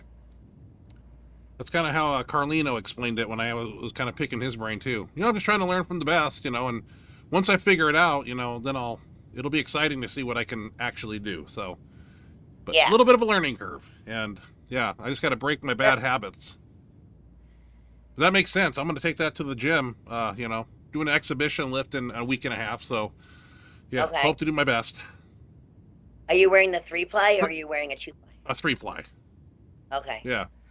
And Yeah. we talked earlier, keeping the sleeves a little up higher is not is a little easier to touch, but Yeah. you keep the neck in the same position.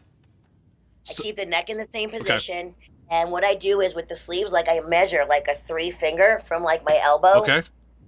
So like from like here would be like an opener touch. Okay. And then as you increase weight, pull And the then sleeve down. I slowly down. Okay. Like another like 3 down would be like, I could even do like my second and third attempt. Okay. You don't adjust the neck or anything. No, I don't adjust the neck at all. Okay, because we got a few guys with Pharrell shirts that are pulling the neck up, doing an opener, pulling the neck down, doing a second attempt, and so No, it's all in the sleeve. all in the sleeve. Okay. It's all in the sleeve. The neck should just be where you wear your shirt. Yeah. Well, I know Rob had a video how to wear the shirt properly, and I pulled that from the internet a long time ago, so that makes sense. Yeah. Yeah. Well, So it's really here rather than all that here. okay. Because if it's pulled up too much, you're gonna get choked out. Oh, totally choked Right. out. Yeah. Yeah. You know, and then like as you pull it down, just because you're pulling it down here doesn't mean you're gonna get anything here. Makes sense. Right. Yeah. You know? Okay. So just stay full.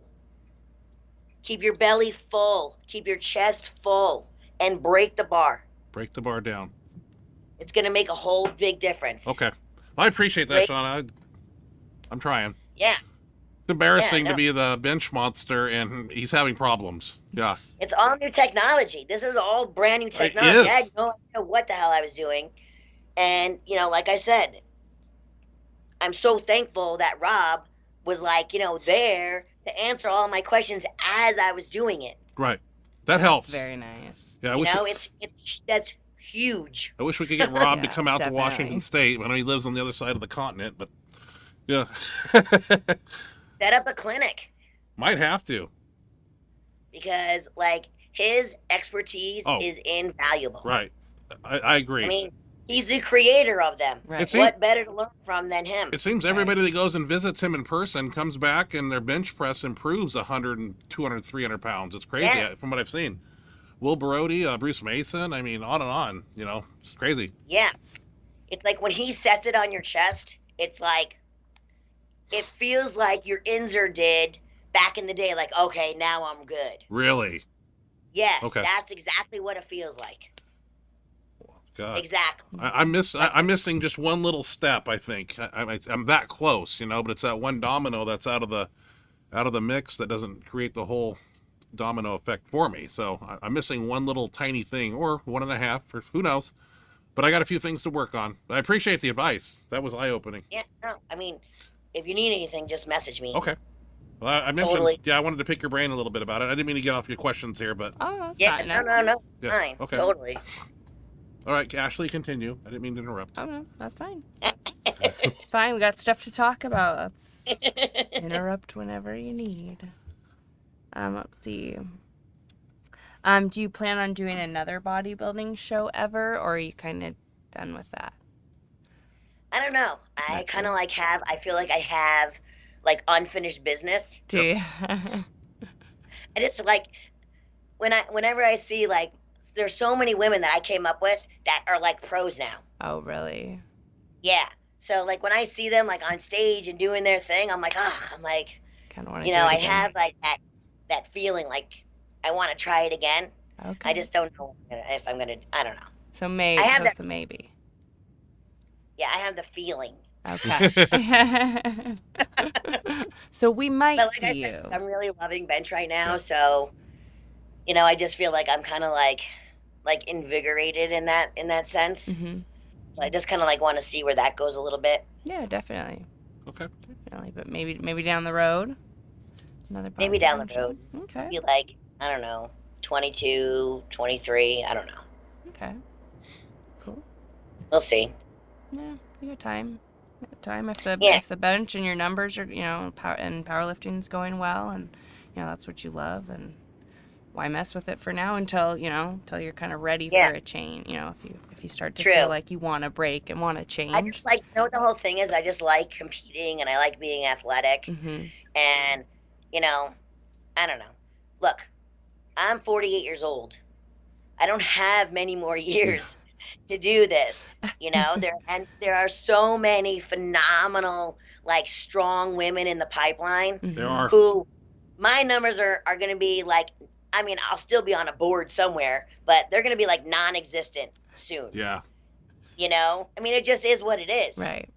Right. So I am just blessed that I'm able to do what I do for as many years as I've been able to do it, and to give back to the sport for as much as I've been able to, and surround myself, with Blue Collar Barbell, my team, and so many of the other phenomenal lifters, and coaches and everything else. So, there's got to come a time where I'm going to be like, all right, it's time for me to hang up my chucks. Yeah. Yep. I mean, it just is what it is. Right. That's how it works. So, no, definitely. Okay. Who designed your bodybuilding training and nutrition program? Like, who kind of helped you out with all that? I did my own training. You did all your own stuff. Wow. I did all my own training. My girlfriend Colette helped me with my diet, because she's like a guru. She's been in the sport for a very, very long time. And then for like my last couple of shows, see, it's very different when you work with somebody who is a strength athlete and has already a ton of muscle. Mm-hmm. It's very different dieting down somebody like that than it is somebody who doesn't have a lot of muscle but may have like more body fat. Mm-hmm. Because they still need to build. Right. I just needed to like really preserve my muscle Mm-hmm. while breaking down my body fat. So my last few shows, I did my own diet. Okay.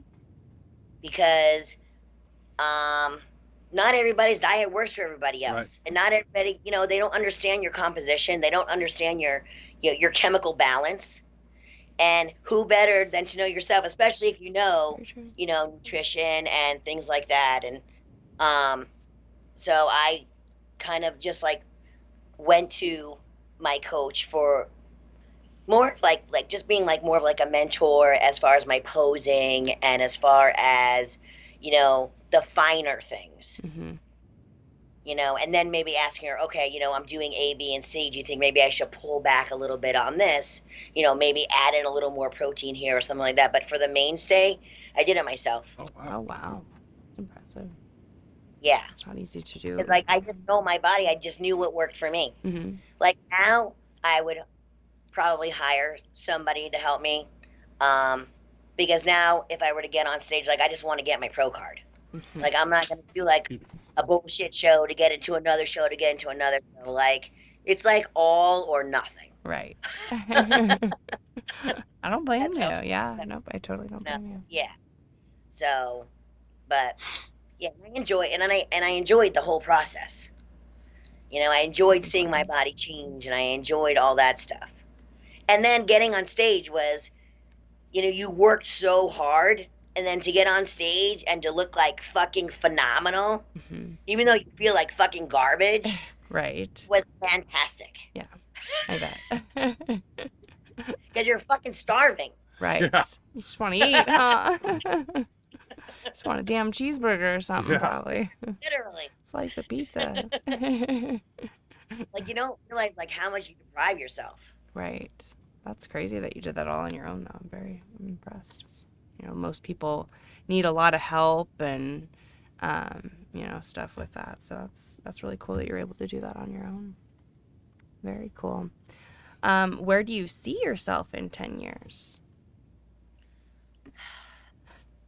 Someplace warmer than New York. That's for sure. Probably still owning a gym, because that's just what I love. Mm-hmm. And it's my passion. Okay. And probably still training people. I don't know. It's just, to me, it's not work because I love what I do. And I'm grateful to have the clients that I have. And I'm grateful to have the team that I coach. I'm at a point where I choose who I want to work with and who I don't want to work with. And I have a 6-month waiting list right now for personal training. So, and I used to do like more like online training and stuff, but I kind of like pulled back from that. I just don't have the time. Yeah. Mm-hmm. It's just, I did like online Skype training before anybody really ever even did it. So for like, I don't know, I'm probably going on like 15 years of doing Skype training. Oh, wow. Yeah. didn't know Skype was around that long. Yeah, because I used to train people out of their homes. Okay. And then when they would travel, like wherever, I had people that, would travel to Israel, would travel to Australia, like my clients. And I would train them like in their hotel rooms. I'd get up at freaking ass crack of dawn. Yeah, it was crazy. I would never do it again.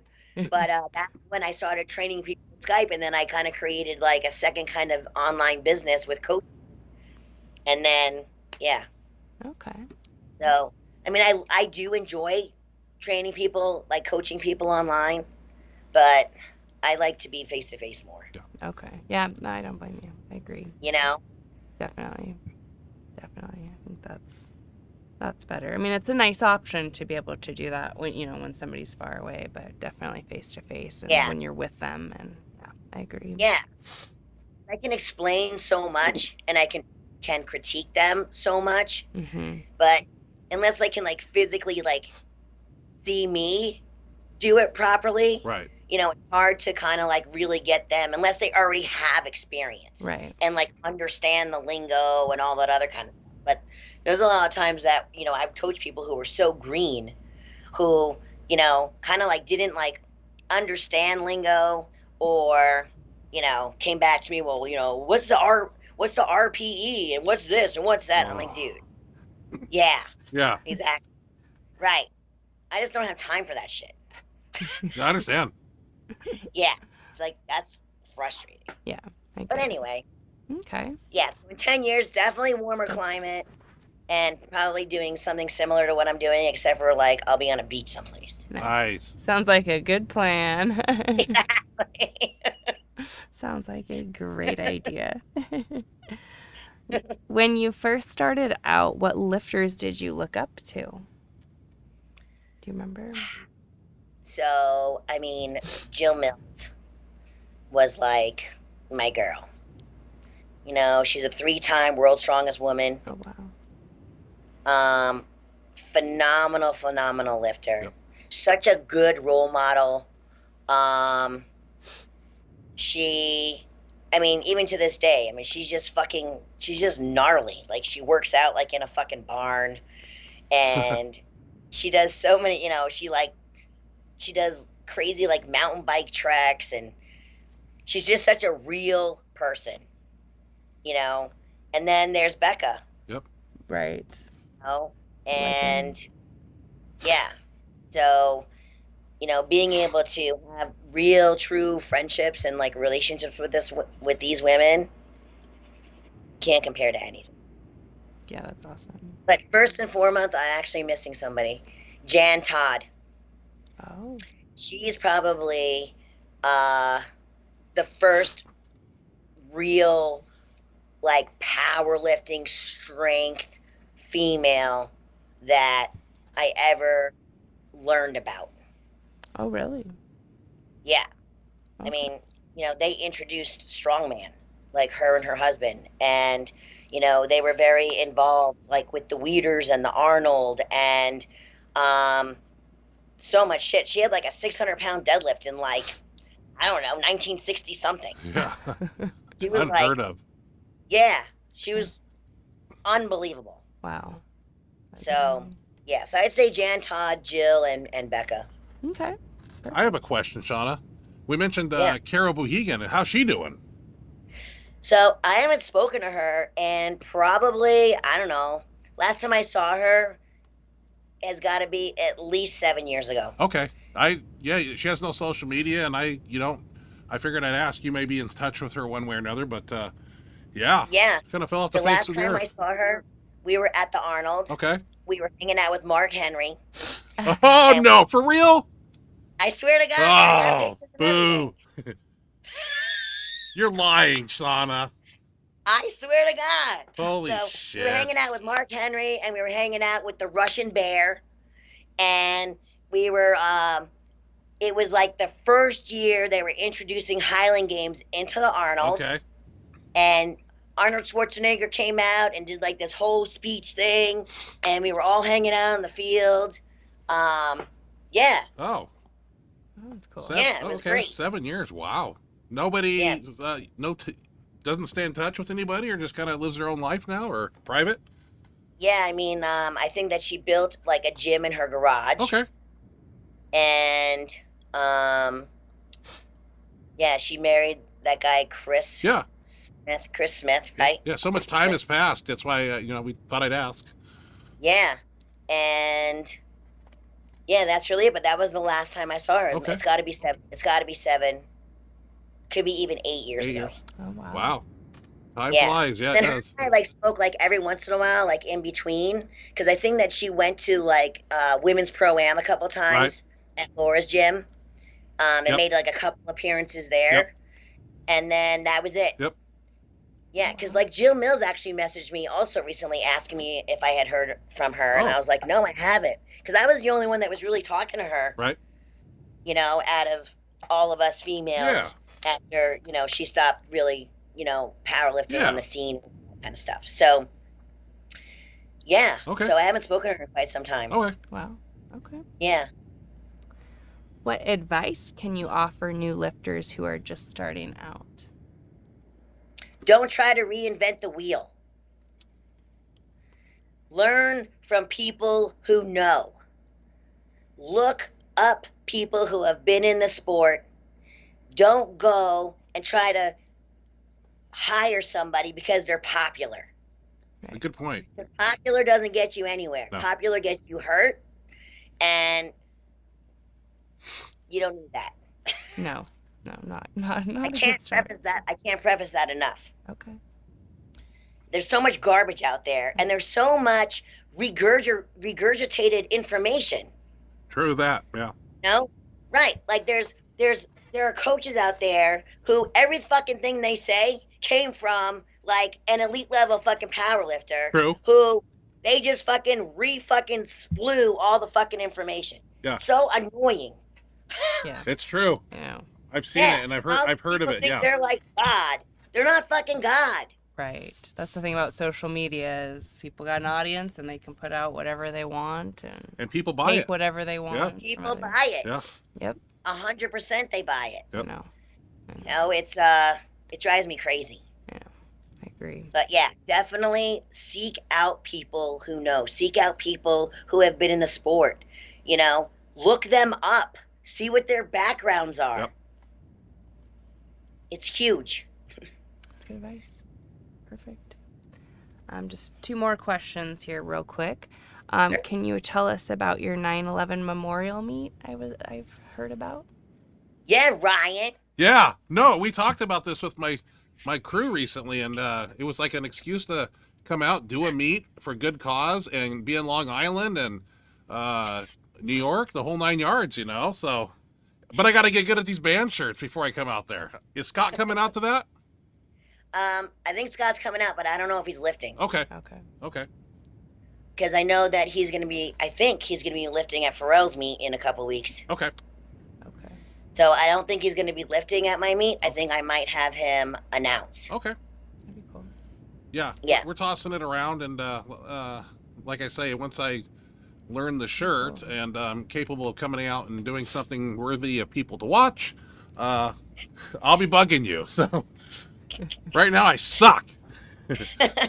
You don't suck. You just have to get comfortable. It you have is. to learn It it. is. It's comfortable. That's all it is. Yeah, know, I'm a little I feel like- uncomfortable. Yeah, and Yeah.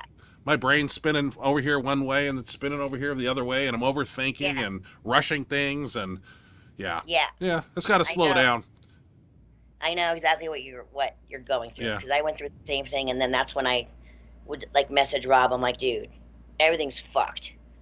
So, so then that's when we went through all the different steps. So that's what I'm saying. You could even reach out to Rob too. Like he'll Yeah. completely answer you back. Yeah, you know? I text him questions that I have. I haven't got any crazy shirt advice from him. It's usually just short, sweet. He makes a shirt, send it out. I let him know how it's fitting and whether I want a insert or a 4-ply. And I'm like, no, probably just a 3-ply right now. And I got quite a few band shirts, to be honest with you. So Yeah. so I got all the tools. I just got to put them to work.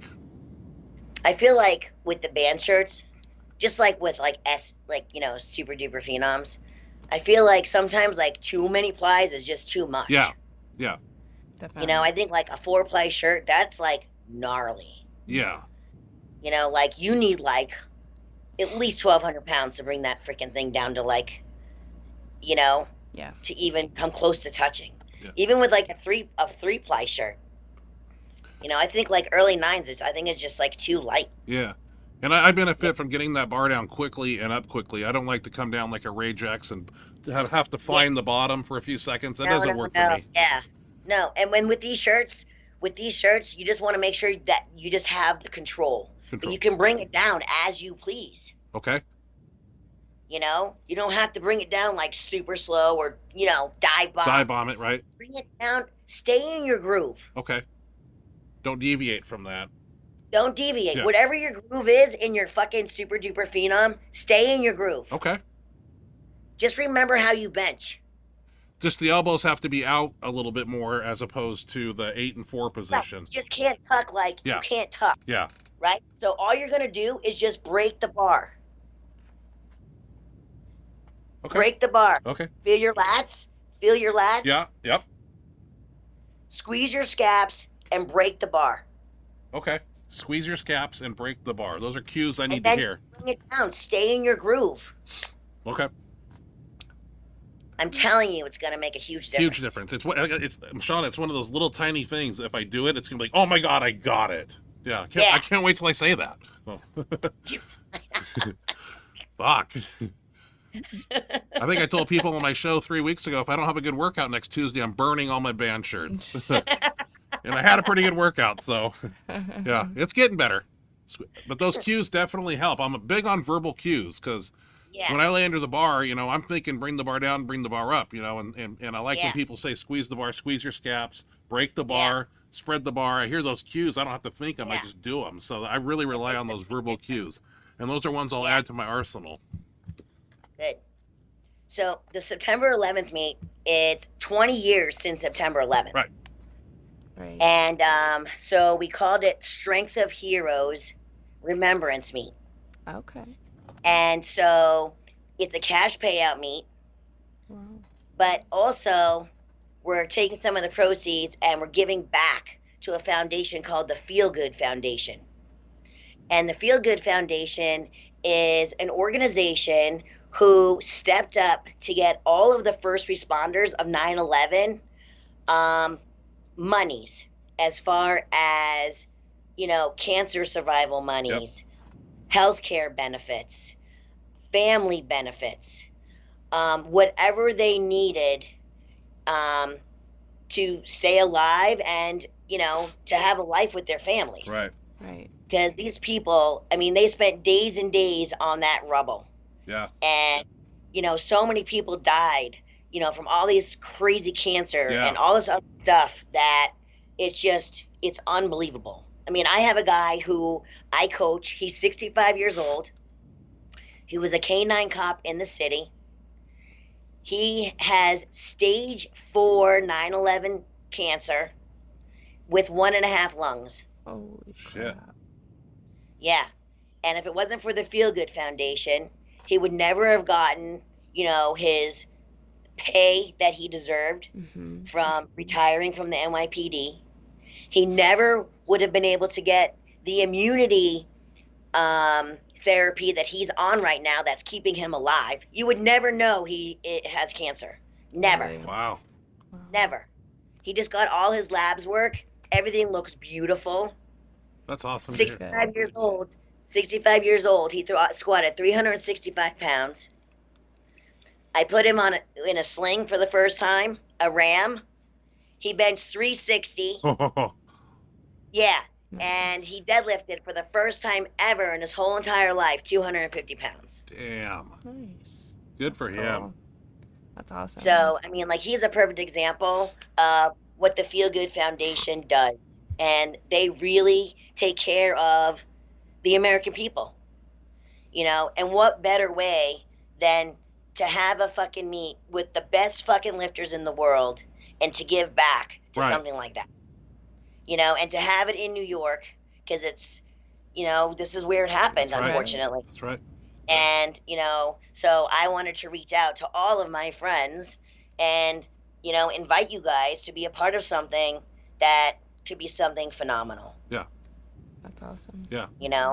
So it's super, super important. And, there's another company that I'm working with that nobody knows about this yet. You guys are the first to find out. It's a company called Braun. And Braun is actually out of Europe, out of the UK. And it's actually an app. And it's made by two guys. This one guy named Sohail and this other guy, Andy. And they're both powerlifters. Well, Andy, I guess, would be like, I don't know, a medium level powerlifter. And Sohail is like a startup guy and really became in love with powerlifting. Anyway, so they launched an app. It's called Braun. And what it does is it brings powerlifters of all levels together using one app. So you can upload all of your workouts. You can upload all of your videos. They have it for raw and equipped lifting. And you can also host virtual events. Oh, wow. Yeah. So let's say you want to have a Ryan Kennelly virtual bench press competition.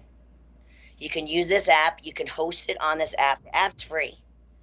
You can get it on, Apple, or you can get it through, iOS download. It's just called Braun.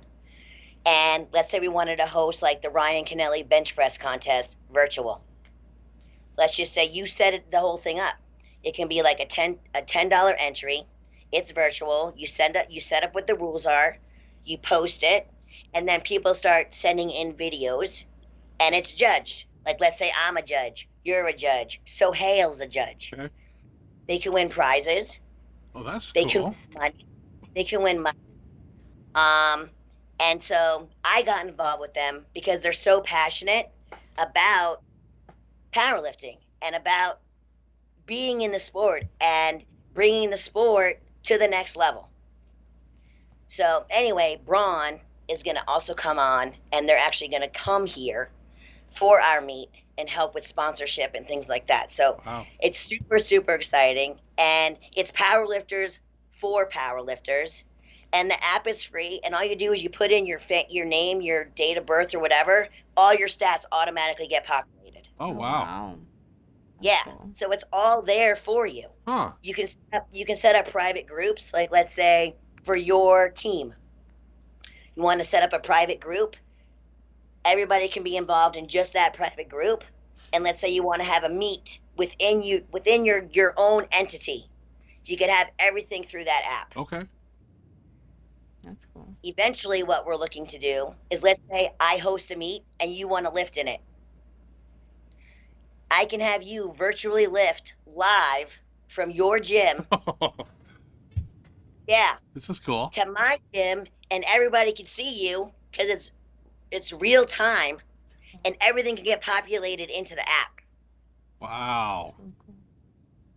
It's awesome. That is Sounds like awesome. it. It's very neat. Yeah. So, Okay. I'm working with them. They're fantastic guys. They also are setting up teams that are actually just launched in Europe, where they have a whole team that goes to a meet to help spot, load, wrap, whatever people need. So they're called like Braun teams, and they'll be populated all over the country on all different places. And so this way you always have help at meets, and it's super, super awesome. That is really cool. Yeah. That is cool. Yeah. That's neat. It's going to be insane. So I'm really excited about it. That sounds very cool. Very neat. Very neat idea. All right. Last question. Would you like to give a shout out to any of your sponsors? Rob Farrell, you rock. You're awesome. Can't say enough about you. Inzer Advanced Designs. I mean, John has been there for me big time through my whole entire career. I mean, when you talk about squat suit and you talk about briefs and you talk about wraps, to me, there's nobody better. Right. An OG Inzer squat suit, you cannot get better than that. You look at the best powerlifters in the world, what are they wearing? That's They're right. wearing Inzer, you know? Is it the Inzer canvas squat suit or that new one that has the strings on it? I personally wear the OG canvas. Yeah. I got a few of those.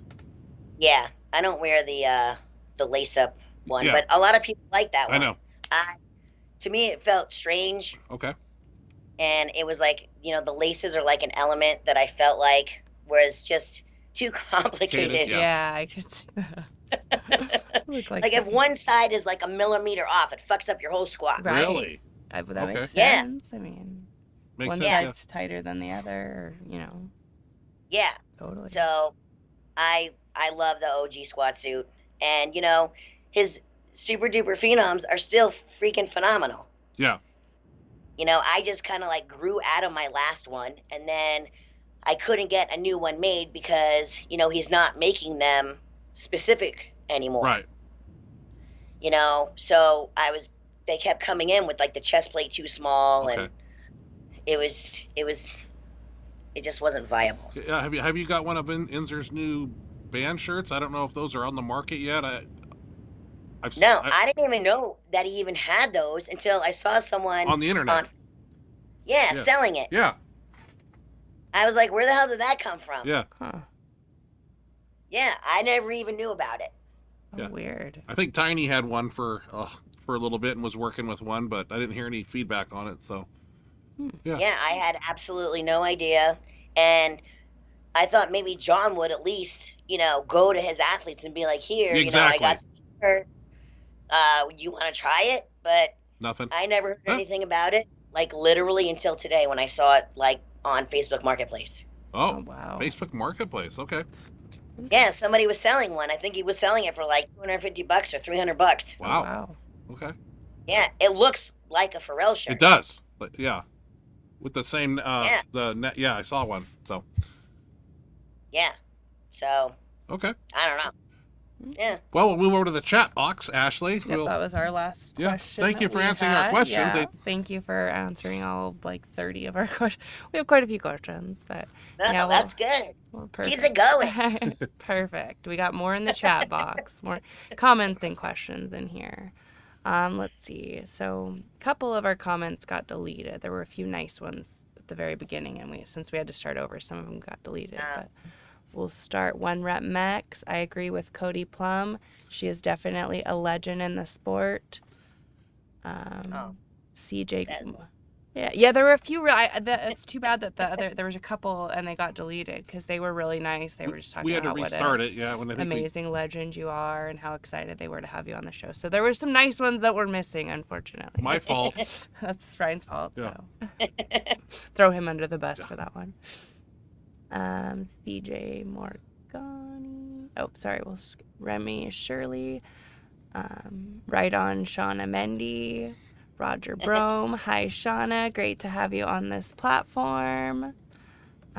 Glenn Yoklin. Shawna, great to have you on.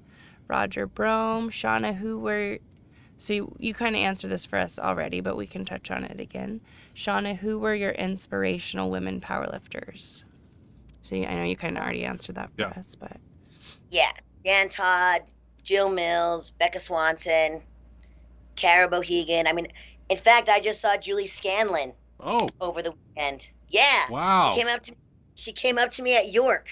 I haven't seen her since the Arnold when she broke her arm. Broke her arm and deadlifted too at the end of the day. Yeah. Yeah, I was there. Remember that?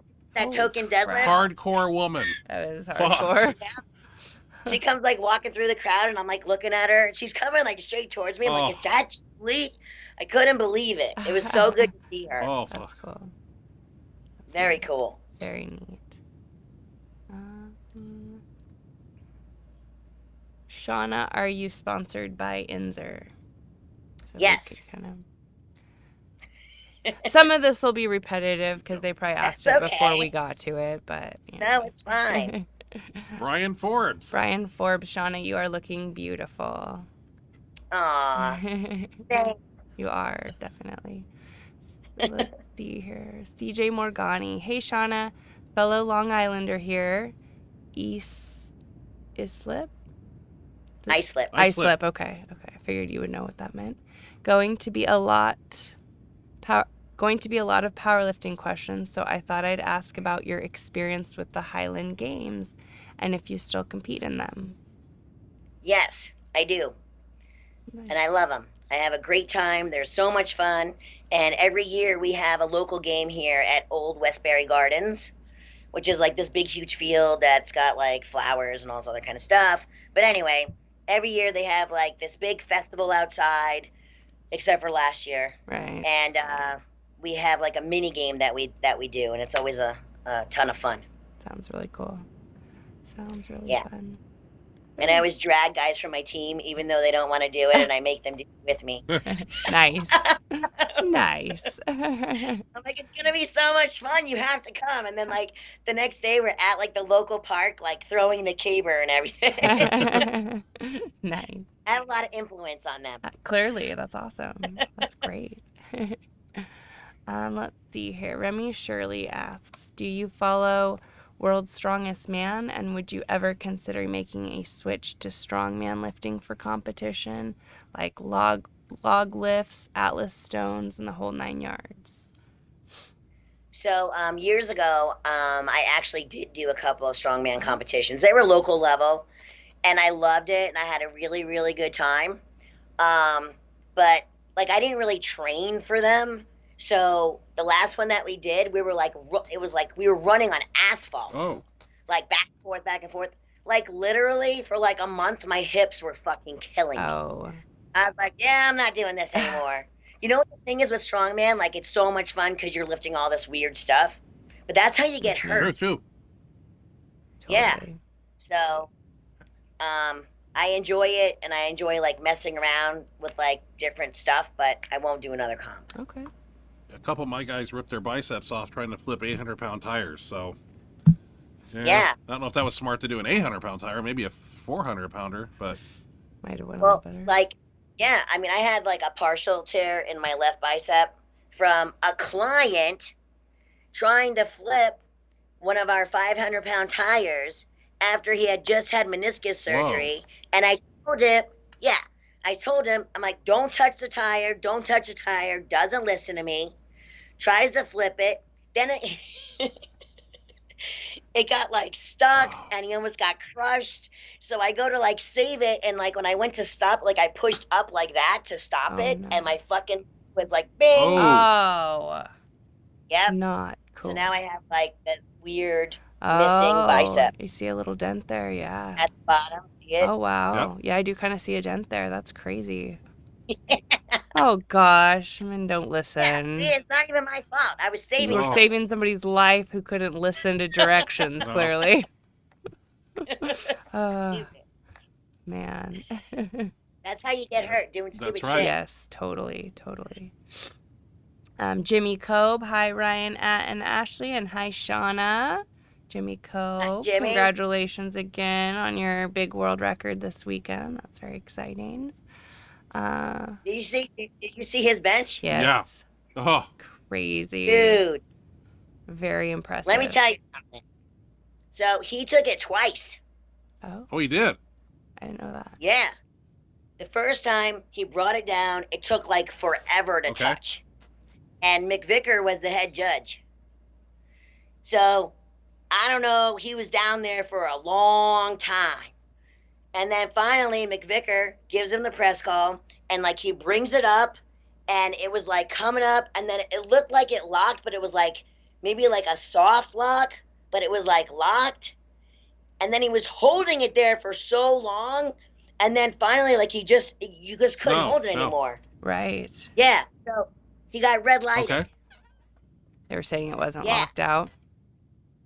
Not the first Okay. one, which it looked like it was locked, but whatever. Right. So then the second time comes back, he was in a better position, brought it down. It was much easier to bring down, drives it up, and is holding it there. I don't even know how long they made him hold it there for. It was a long fucking time. Right. And finally he got the rack call. Wow. It was That's phenomenal. awesome. Yeah, That's awesome. I mean, yeah. I tried to video it, but there were so many people around the Yeah. stage, you couldn't even I get there. bet. Fuck. Yeah. I'm like up in the stand, like trying to like video it, but it looked like shit. Oh, man. I was like a total fangirl. I don't blame you. That was But pretty amazing. yeah, it was pretty But incredible. that number in single ply is just Single play too. outrageous. Single I ply. mean, that's crazy. He's a master of that shirt. Master. Yeah. Master. Definitely. Yeah. Let's see. Showbit Jane. Hi everyone. Hope everyone's having a great day. Shawna, who's your most favorite competitor who pushed you to the max? Dave Hoff. Dave Hoff, nice. Okay. Let's see here. Lynn Yocklin. Glenn Yocklin. Shawna, your brother worked with JM Blakely. Did you work with JM? I didn't work with JM, but JM and I are friends. Okay. And I do JM presses. Nice. That's cool. Tiny Meeker? Oh, are we skipping all the way down? Yeah. I'm just keeping it moving.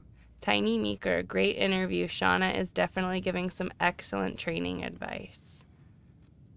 Thanks, Tiny. You the best.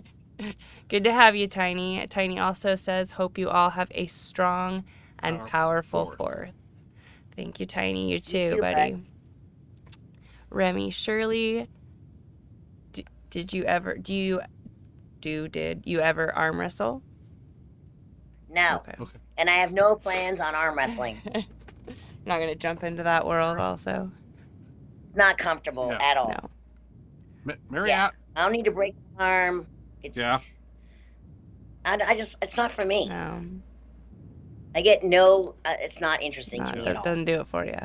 No. Nah, it's not for me. Okay. Mary Askew has a question. Mary Askew. Hi, guys. Shawna, congrats on that amazing bench. I'm late into the podcast. Which Pharrell shirt was it? The 2 or 3 ply? I'm excited to see you hit 600. It's coming soon. 2 ply. 2 ply, okay. So it's 2 ply, Mary. Dave says, hi, Shawna. What's your best poly single and multi-ply bench? God, single ply. I haven't worn single ply in so long. I think my best single ply bench, I don't know. I think it was like around 365 or something. Okay. But I like do that raw. 'Cause single ply, it's fucking terrible. I don't know. I just feel like, with the exception of Jimmy Cole, I think that if you're going to wear gear, just fucking wear gear. Right. You know what I mean? Yeah. So, I don't know. I think my best single ply is 365 or something. But it was like a shitty Rage X or something. Okay. And then, my best double ply shirt is 545. Right. Okay. Perfect. Howard Weingarten. Shawna, thanks for the information. I'm having the same problem as Ryan, having my 3-ply F8 lock up and not able to touch. So we discussed some good points there, Howard. So hopefully you heard the interview. CJ Morgani, my dad was NYPD. My dad was NYPD at that time with many family and friends in NYPD and FDNY. Just wanted to say thanks for hosting this upcoming meet. How can someone purchase tickets and /show support? So we're not selling tickets. If you want to come down, it's a $10 entry fee, and you can come down and watch both days. Saturday, September 11th is full power, and Sunday, September 12th is bench only. Okay. Yeah, like we're keeping it open. We're going to make it like a real event. So we're going to have like local businesses set up shop like in our parking lot and stuff. And we're going to have a DJ and giveaways and, food. And it's going to be like a really great event. So we're really looking forward to it. And, I'm not doing this by myself. It's my gym, Blue Collar Barbell, with Hellbent Barbell, who is Mike Skiba and Jenna Rowe. And then BCB Training Systems, which is Chris Delafov. Okay. So all of us are collaborating together. Yeah, That's awesome. because we're all here on the East Coast. Chris is in New Jersey. I'm in New York, and Mike and Jenna are in Connecticut. Okay. So, yeah, we decided to just kind of like run this big, huge thing together, and it's going to be awesome. Sounds like it. It sounds really cool. Yeah, we're excited. Alex Estrada has a question. Alex Estrada. Shawna, fantastic career. You truly remind me of the bench press specialist Jan Harl from the early to mid 80s who I trained and competed with. Yeah, I know who Jan is. Nice. That's awesome. That's so awesome. Thank you. One rep max. So Miss Mendelson, quick question about the bench. Does your bench lock up at the bottom during your warm-ups like your brother? Thoughts on denim bench shirts? LOL, thank you so much. No, my bench does not lock up at the bottom like my brother, because Scott is 300 something pounds, and he like wraps around the bench. I'm like, 170-ish. So yeah, no, my bar comes all the way down all the time. One rep max. My benches are locking up at the bottom right now too, so I'm working on it. Yeah. So what was the other question? Thoughts on denim bench shirts? Right. Oh, denim. Yeah, that brings me back to 2002. Wow. So yeah, we used to wear grid stitch denim. Yep. And it was definitely a different kind of shirt. I mean, it's like, you don't get like rebound. Yeah. It's like stopping Yeah. power. I mean, for the time they were phenomenal. Mhm. But then like, when you got like sweat a lot in them and all that shit, they would like stretch out on the arms. And then you had to like roll them up on the arms. And yeah, I mean, I don't know why anybody would wear them today when you have so much newer and better technology. Right. Yeah. Yeah, make it. But for the time, they were great. God, yeah, it makes me think back to the denim days. I know. Wow. I remember Yeah. it was a game changer when I went to the bench for cash and I saw George Halbert, and he had the back cut. And they were cutting the Yeah, back of the remember denims. that? And I was like, what's the deal with that? And then there was a whole technology of torquing down this, that, and the other. And it took the denim to a whole nother level. And, yeah, wow. I don't know why I just thought of that. And then that's how the Super Duper Phenom came. That's true. Because it's the same cut as the denim. That's true. Wow. Right? It's the same cut as the denim with an Open open back. back. Wow. And it's just that stretchy poly. Okay. Yeah. Cool. But Ryan, did you ever you wore that red canvas one, didn't you? Purple. Yeah, Purple, right. I didn't have a lot of success with that. I tried it a few times. It had no stretch in it, and it was really hard to dial. I remember, but Yeah. that was the next greatest thing that Inzer had, and you had to get the canvas. And I didn't know any better. I was like, oh, that's the next greatest shirt. So wore it for a few times, and I think shortly after that, it was the Rage X had come out, and then multiple people were benching 800 pounds all of a sudden. So that was a cool thing to see the gear, take the next step and level and producing great athletes. So Here, you skipped one up here. Yeah. what did I skip? I'm sorry. Were you going to say something else? I was gonna say the craziest thing that I saw was when we were at the Arnold one year, and Dean was in the back room, and he was warming up, and he got like crushed with like 300, like 315 or 365, and then they put him in his shirt, and it took like an hour to put him in his shirt. Okay. Wow. And they finally get his shirt on him, and then he came out and benched like 1,000 pounds. Whoa. It was unbelievable. What year was that? Oh God, back in the day. I shared the platform with him in 2004, and that's when they had the new rule where you couldn't wear a 3-ply, you had to wear a 2-ply everything. And Yeah. I remember Gene had a 900 bench at the time, and he still came out and did 875 in a 2-ply. So, yeah, That may have been when it was. that was. It was he was wearing poly. Yeah. Yeah, Wow. Where's time go? Jesus. I know. Did I skip a question, Ashley? I did. Remy Shirley asked, you said you like music. Do you play any instruments or sing? Oh, No, terrible.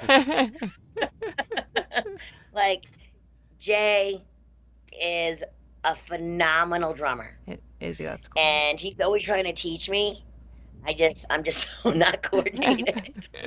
Tell Jay I have a drum machine. That's like, that drummers hate people that have drum machines. Because I just push buttons to make the drum sounds. Electronic. I got a little hip hop studio, turntables Yeah, back here. I make noise. I'm not a musician, but I just do head bobbing stuff down here just to have fun. So, But it's Yeah. fun. Yeah, I'm totally not musically inclined. I mean, I wish I was, because like to play an Right. instrument's awesome. Same here. I know. I always wish Yeah, I played something. I terrible. was really good at singing, but no, not me neither. I just enjoy listening to other people who are good at it. Yeah, exactly. Remy Shirley has a cool question. Remy Shirley, what is your favorite pre-workout meal? So I'm like really weird like that because I can't eat a lot before I Right. train. Same here, yeah. Yeah, so like I eat like 2 hours Same. before I Same train, here. and I only eat a very small amount of food. Oh. So I'll only have like 5 ounces of chicken with like 4 ounces of sweet potato, and that's Okay. it. Okay. Because and I'll eat like all through the day, but like right before I train, I just can't eat because I know I'll probably Yeah. throw Just up. feels, or feel gross. Yeah, the like whole it time. doesn't digest right. It's like in your belly. So I just really just try to eat really light. Perfect. Same here. Okay. Let's see where were we at. One Rep Mex, thank you so much. I skipped Cody Plum. Cody Plum, Shawna, we are huge fans. Thank you for representing the ladies in powerlifting and paving the way. Very cool. Aw, thanks, guys. Let's see. One Rep Max, thank you so much. I wear them today. Actually, I competed at Scott's gym. So he's talking about the denim. This is the guy that asked about the denim shirts. Oh, okay. I wear them today. Actually, I competed at Scott's gym with an Enzer triple denim. I wear them because they are cheap. Fair enough. Yeah. Fair enough. Yeah, but go to Facebook Marketplace. You could probably find a shirt that wasn't worn very much. That's still like maybe like a couple $100 and not $400. So keep your eyes open because Advice. there's always a bunch of stuff on there that's for sale. That's good stuff. Like Tiny just had like 6 shirts that were for That's what I sale. heard. Oh, okay. Brand new, super duper phenoms that were never worn. Oh, wow. Okay, that's a great Yeah. idea. Did you hear that one, Rat Max? Check Facebook Marketplace. It's a good idea. Yeah, Uh, there's like a whole powerlifting page. So do you go to Facebook Marketplace and search powerlifting products? Or I never go there that I much. Yeah, you just like put in like Inzer bench Okay. shirt in Facebook Marketplace, and then it'll bring you to anything that they have. that one page. Okay. Perfect. What is your favorite meal off season? I think that means like your favorite meal to eat. Basically, your favorite cheat meal. Oh, pizza. Pizza. Me too. Me too. Ryan, you guys, if you come to New York, you just better be ready. Really? Gonna show us some really good New York pizza. Nice. Everything in New York tastes better. Really? Scott comes here, Scott easily puts on 20 pounds. Really? Easily. Oh, forget about it. Yeah, And Really? you guys know where to eat? All the good places? Oh, I'm sure. Okay. of Okay. course. Kidding me? Yeah, I need a tour guide there, so. I know. I've always wanted to Don't go worry, to we New York. got We you. gotta go there sometime. I've always wanted to visit there. It's awesome. It's I awesome. bet. I'd love to go. I was there in 2004. See this? I'd be a tourist too. I'd go to all the tourist spots. Yeah, but you were upstate at Bill Crawford's meet. No, I was, I went out and visited Kara out in New York. And we went down to Times Square on a Tuesday night at 2 in the morning, and there's millions of people everywhere. Oh wow. At 2 in the morning. Like, packed. That's Yeah, right. it's- Your parents lived in Westchester. They don't sleep. I think I remember when you were here because I messaged her. I'm like, you suck. You were in the city. You didn't even Yeah. call me. I had my feather boa on, Yeah. and I was being stared at. I think they Yeah. thought I was a professional wrestler because I kept walking by the WWF restaurant. Oh. And I was like, That's so I don't know. funny. It was fun, though. Sounds cool. Can't wait to come out there again. Yeah. I want to go there really bad. It's so much fun. We good. And especially like September, the weather's Oh, good. gorgeous. Oh, I bet that's like the perfect. Yeah, time. it's like it's still like warm and it's beautiful. Okay.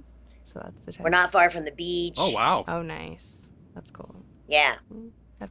We're like 45 minutes from the city from the train, and the train's right over Okay. here. Okay.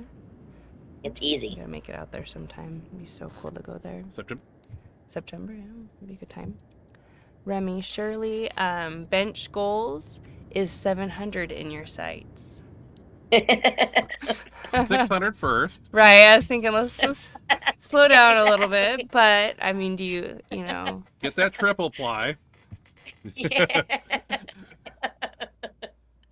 I don't know if 700's like even a thing. I can't even answer that question.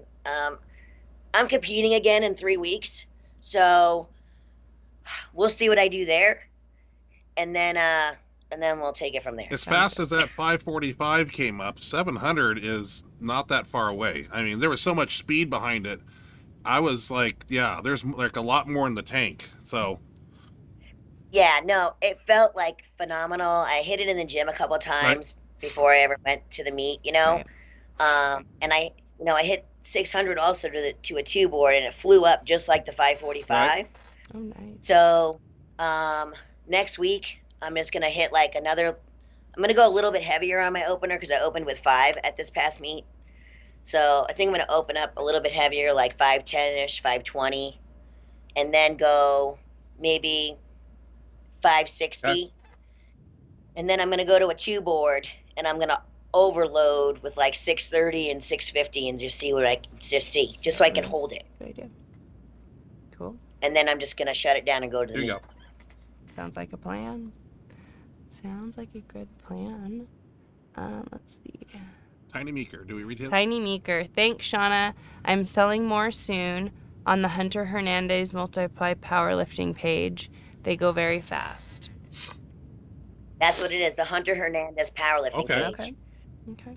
Yeah, there's like so much stuff on there. I mean, suits, wraps, briefs, shirts. I mean, any kind of like sling kind of thing. Really?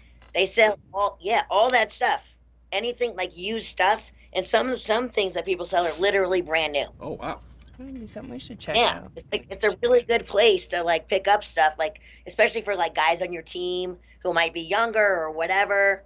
You know, I always tell the guys, check this out, because you're getting it for like half the price than if you buy it retail, and it's brand Right. new. So Okay. That's good advice. 1 rep max. 1 rep max. You convinced me. I'll visit New York, see if I can gain 20 pounds too. Ha ha ha. How much is a day pass for your gym? I don't plan on taking time off. So my gym is private, so it's literally invite only. If you're coming from out of town and you want to train, message Okay. me. Okay. Did you get that one? Was that from 1 rep max? Yeah. He's in California. Okay. Yeah, so if you're coming in from Cali, just let me know when you're gonna be here, and we can make it happen. Perfect. Awesome. CJ Morgani, since we live somewhat close, favorite pizzeria and favorite restaurant. Always on the lookout for new spots. Well, I love Oso La Mio, and that is like by Stony Brook ish, because that's where I live. So that's great for any kind of Italian food. Okay. Or Mama Lombardi's is also absolutely delicious. So those are probably like my Okay. 2 like most favorite Italian Okay. places. Okay. Perfect. I like Italian. Hey, me too. It's like real Italian food, Oh. Ooh, that sounds. like Carrabba's. Oh wow. Nice. Sounds good. Sounds tasty. I always love Italian food. 1 rep max has a question. Great sister of great brother. Thank you. 1 rep max. You mentioned holding weight.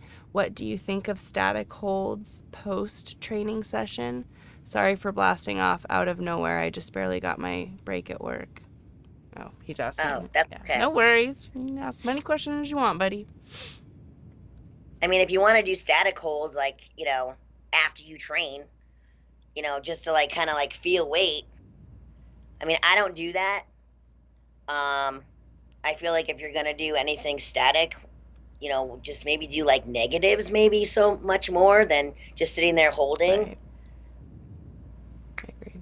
I mean, what do you think, Ryan? Yeah, Like, I don't know. John Enzer told me, when Richlack was on the 900 run and the 1,000 run, John told me he did a lot of static holds. So I came in the gym one workout max effort day, and I was doing Louis' training, and I started right off with a 900 static hold in the rack, and I held it for, I don't know, 2 times for like 20 seconds, and then I tried to do my workout, and my workout completely sucked. So the next week I came in and did my max effort workout, had a great workout. Then at the very end of the workout, I went over and tried to do static hold, and I couldn't even move 900. So so basically I just put 2 and 2 together, and I did reverse band presses. I put I got in the rack with a 100-pound band, and I put 1,000 on there, and I would do in my shirt down to the 2 board a reverse band press. So in my mind, I was holding, moving, and that was, and I kind of did that a lot, and Tiny did that a lot too. So I think that benefited me more than static holds. But static holds may work for some people, and they are a great asset to your training. I just couldn't find a way to work them in to where I could kill 2 birds with 1 stone. I could have a great static hold and a great workout. It was one or the other. So, and that, I was on the same way. Yeah. Only time like I ever had, same thing, doing like reverse bands.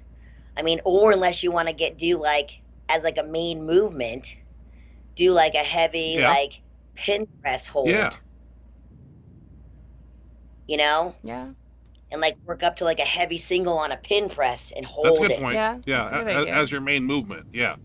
And then as your main. Yeah, I never thought about that. I always like, Yeah, I got to do my main max effort stuff too, and I couldn't like shut one or the other out. So. Yeah. So. Let's see here. CJ Morgani, I love it. I just got another 2 pairs of calibrated 25 kilo plates at a steal off of Facebook Marketplace. So we're gonna have to start trying. Have to go look on there. Yeah, start checking that out. There's a ton of stuff. Sounds like it. I didn't realize there was so much power. So much equipment, because we expanded our gym, and we got so much equipment through Facebook Marketplace that is like unbelievable. Really? Like stuff that people sell for like $4,000, I got for like $600. Oh, wow. All like brand new, like Icarian equipment and stuff. Oh, nice. Yeah. Wow. Okay. How many square feet is your gym, if you don't mind me asking? 5,500 square feet. Okay. Yeah, so we have one side that's like full machines, and then we have a run, and then the other side is just powerlifting. Okay. Nice. Yeah. And then we have a small cardio room. Okay. But like for New York, for a private gym in New York, it's a pretty substantial. That's a lot of room for size. for New York. Yes. Yeah.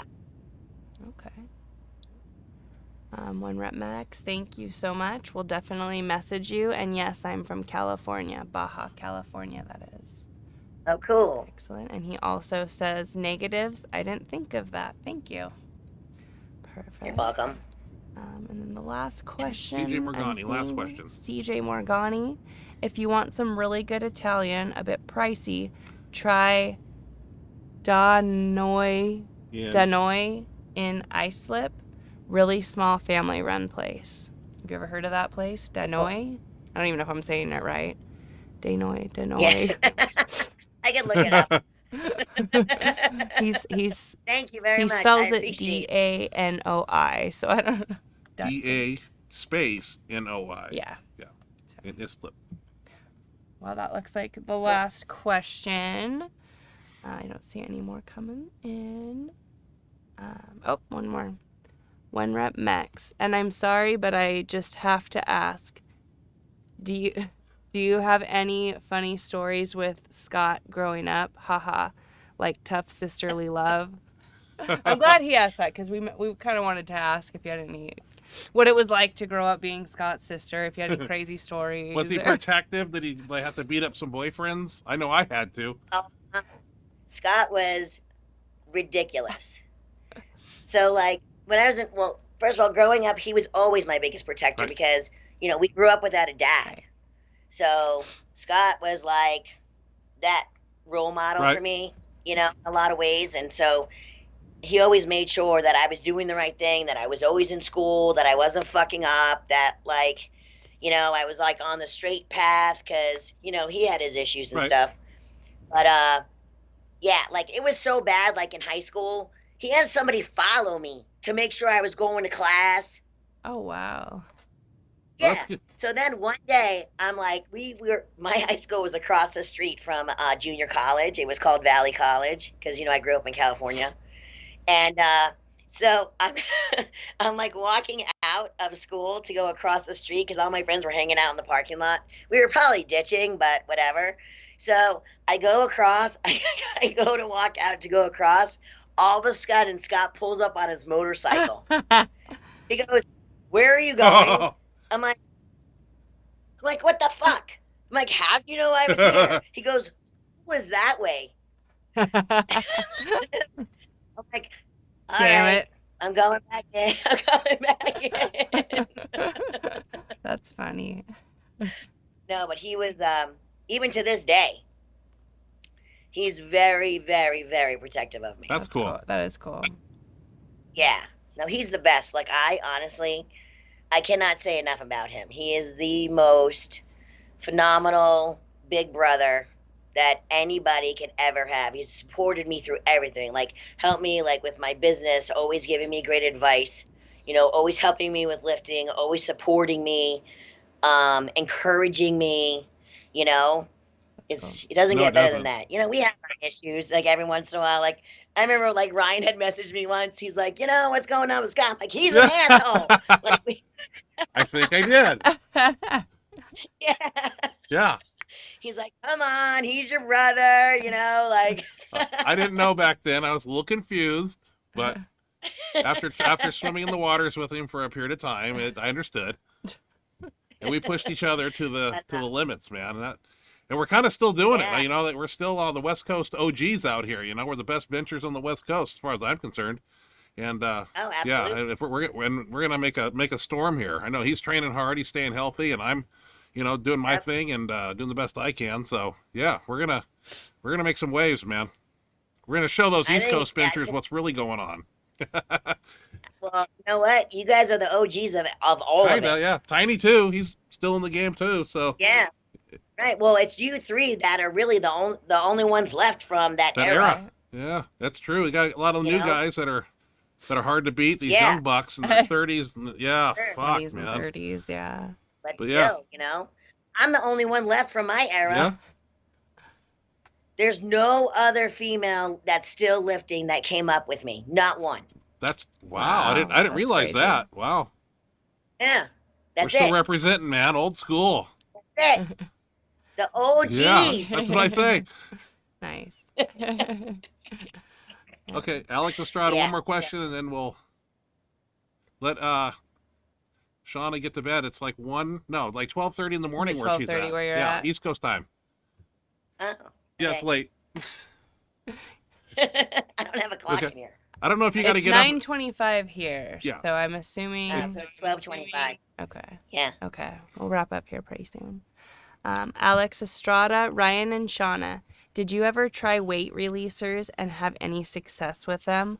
I experienced the same thing you did, Ryan, as you did with static holds.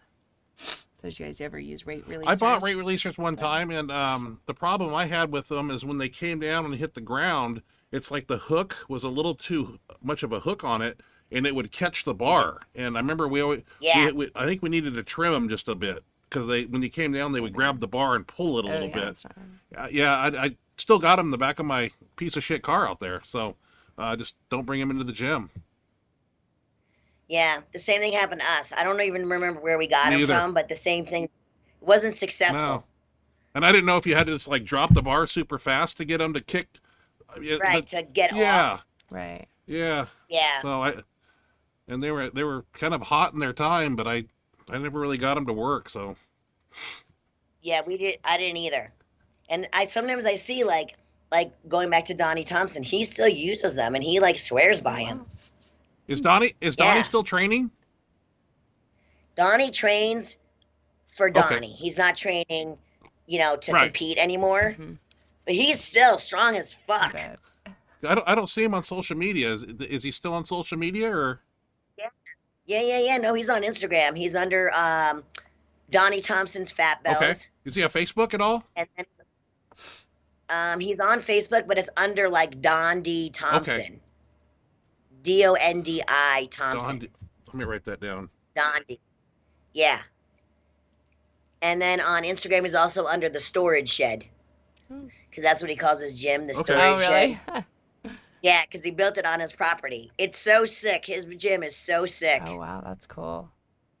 Yeah. Right on his property. Like, he rebuilt like this old farmhouse from the ground up and then built a gym literally on the same property from the ground up. Wow.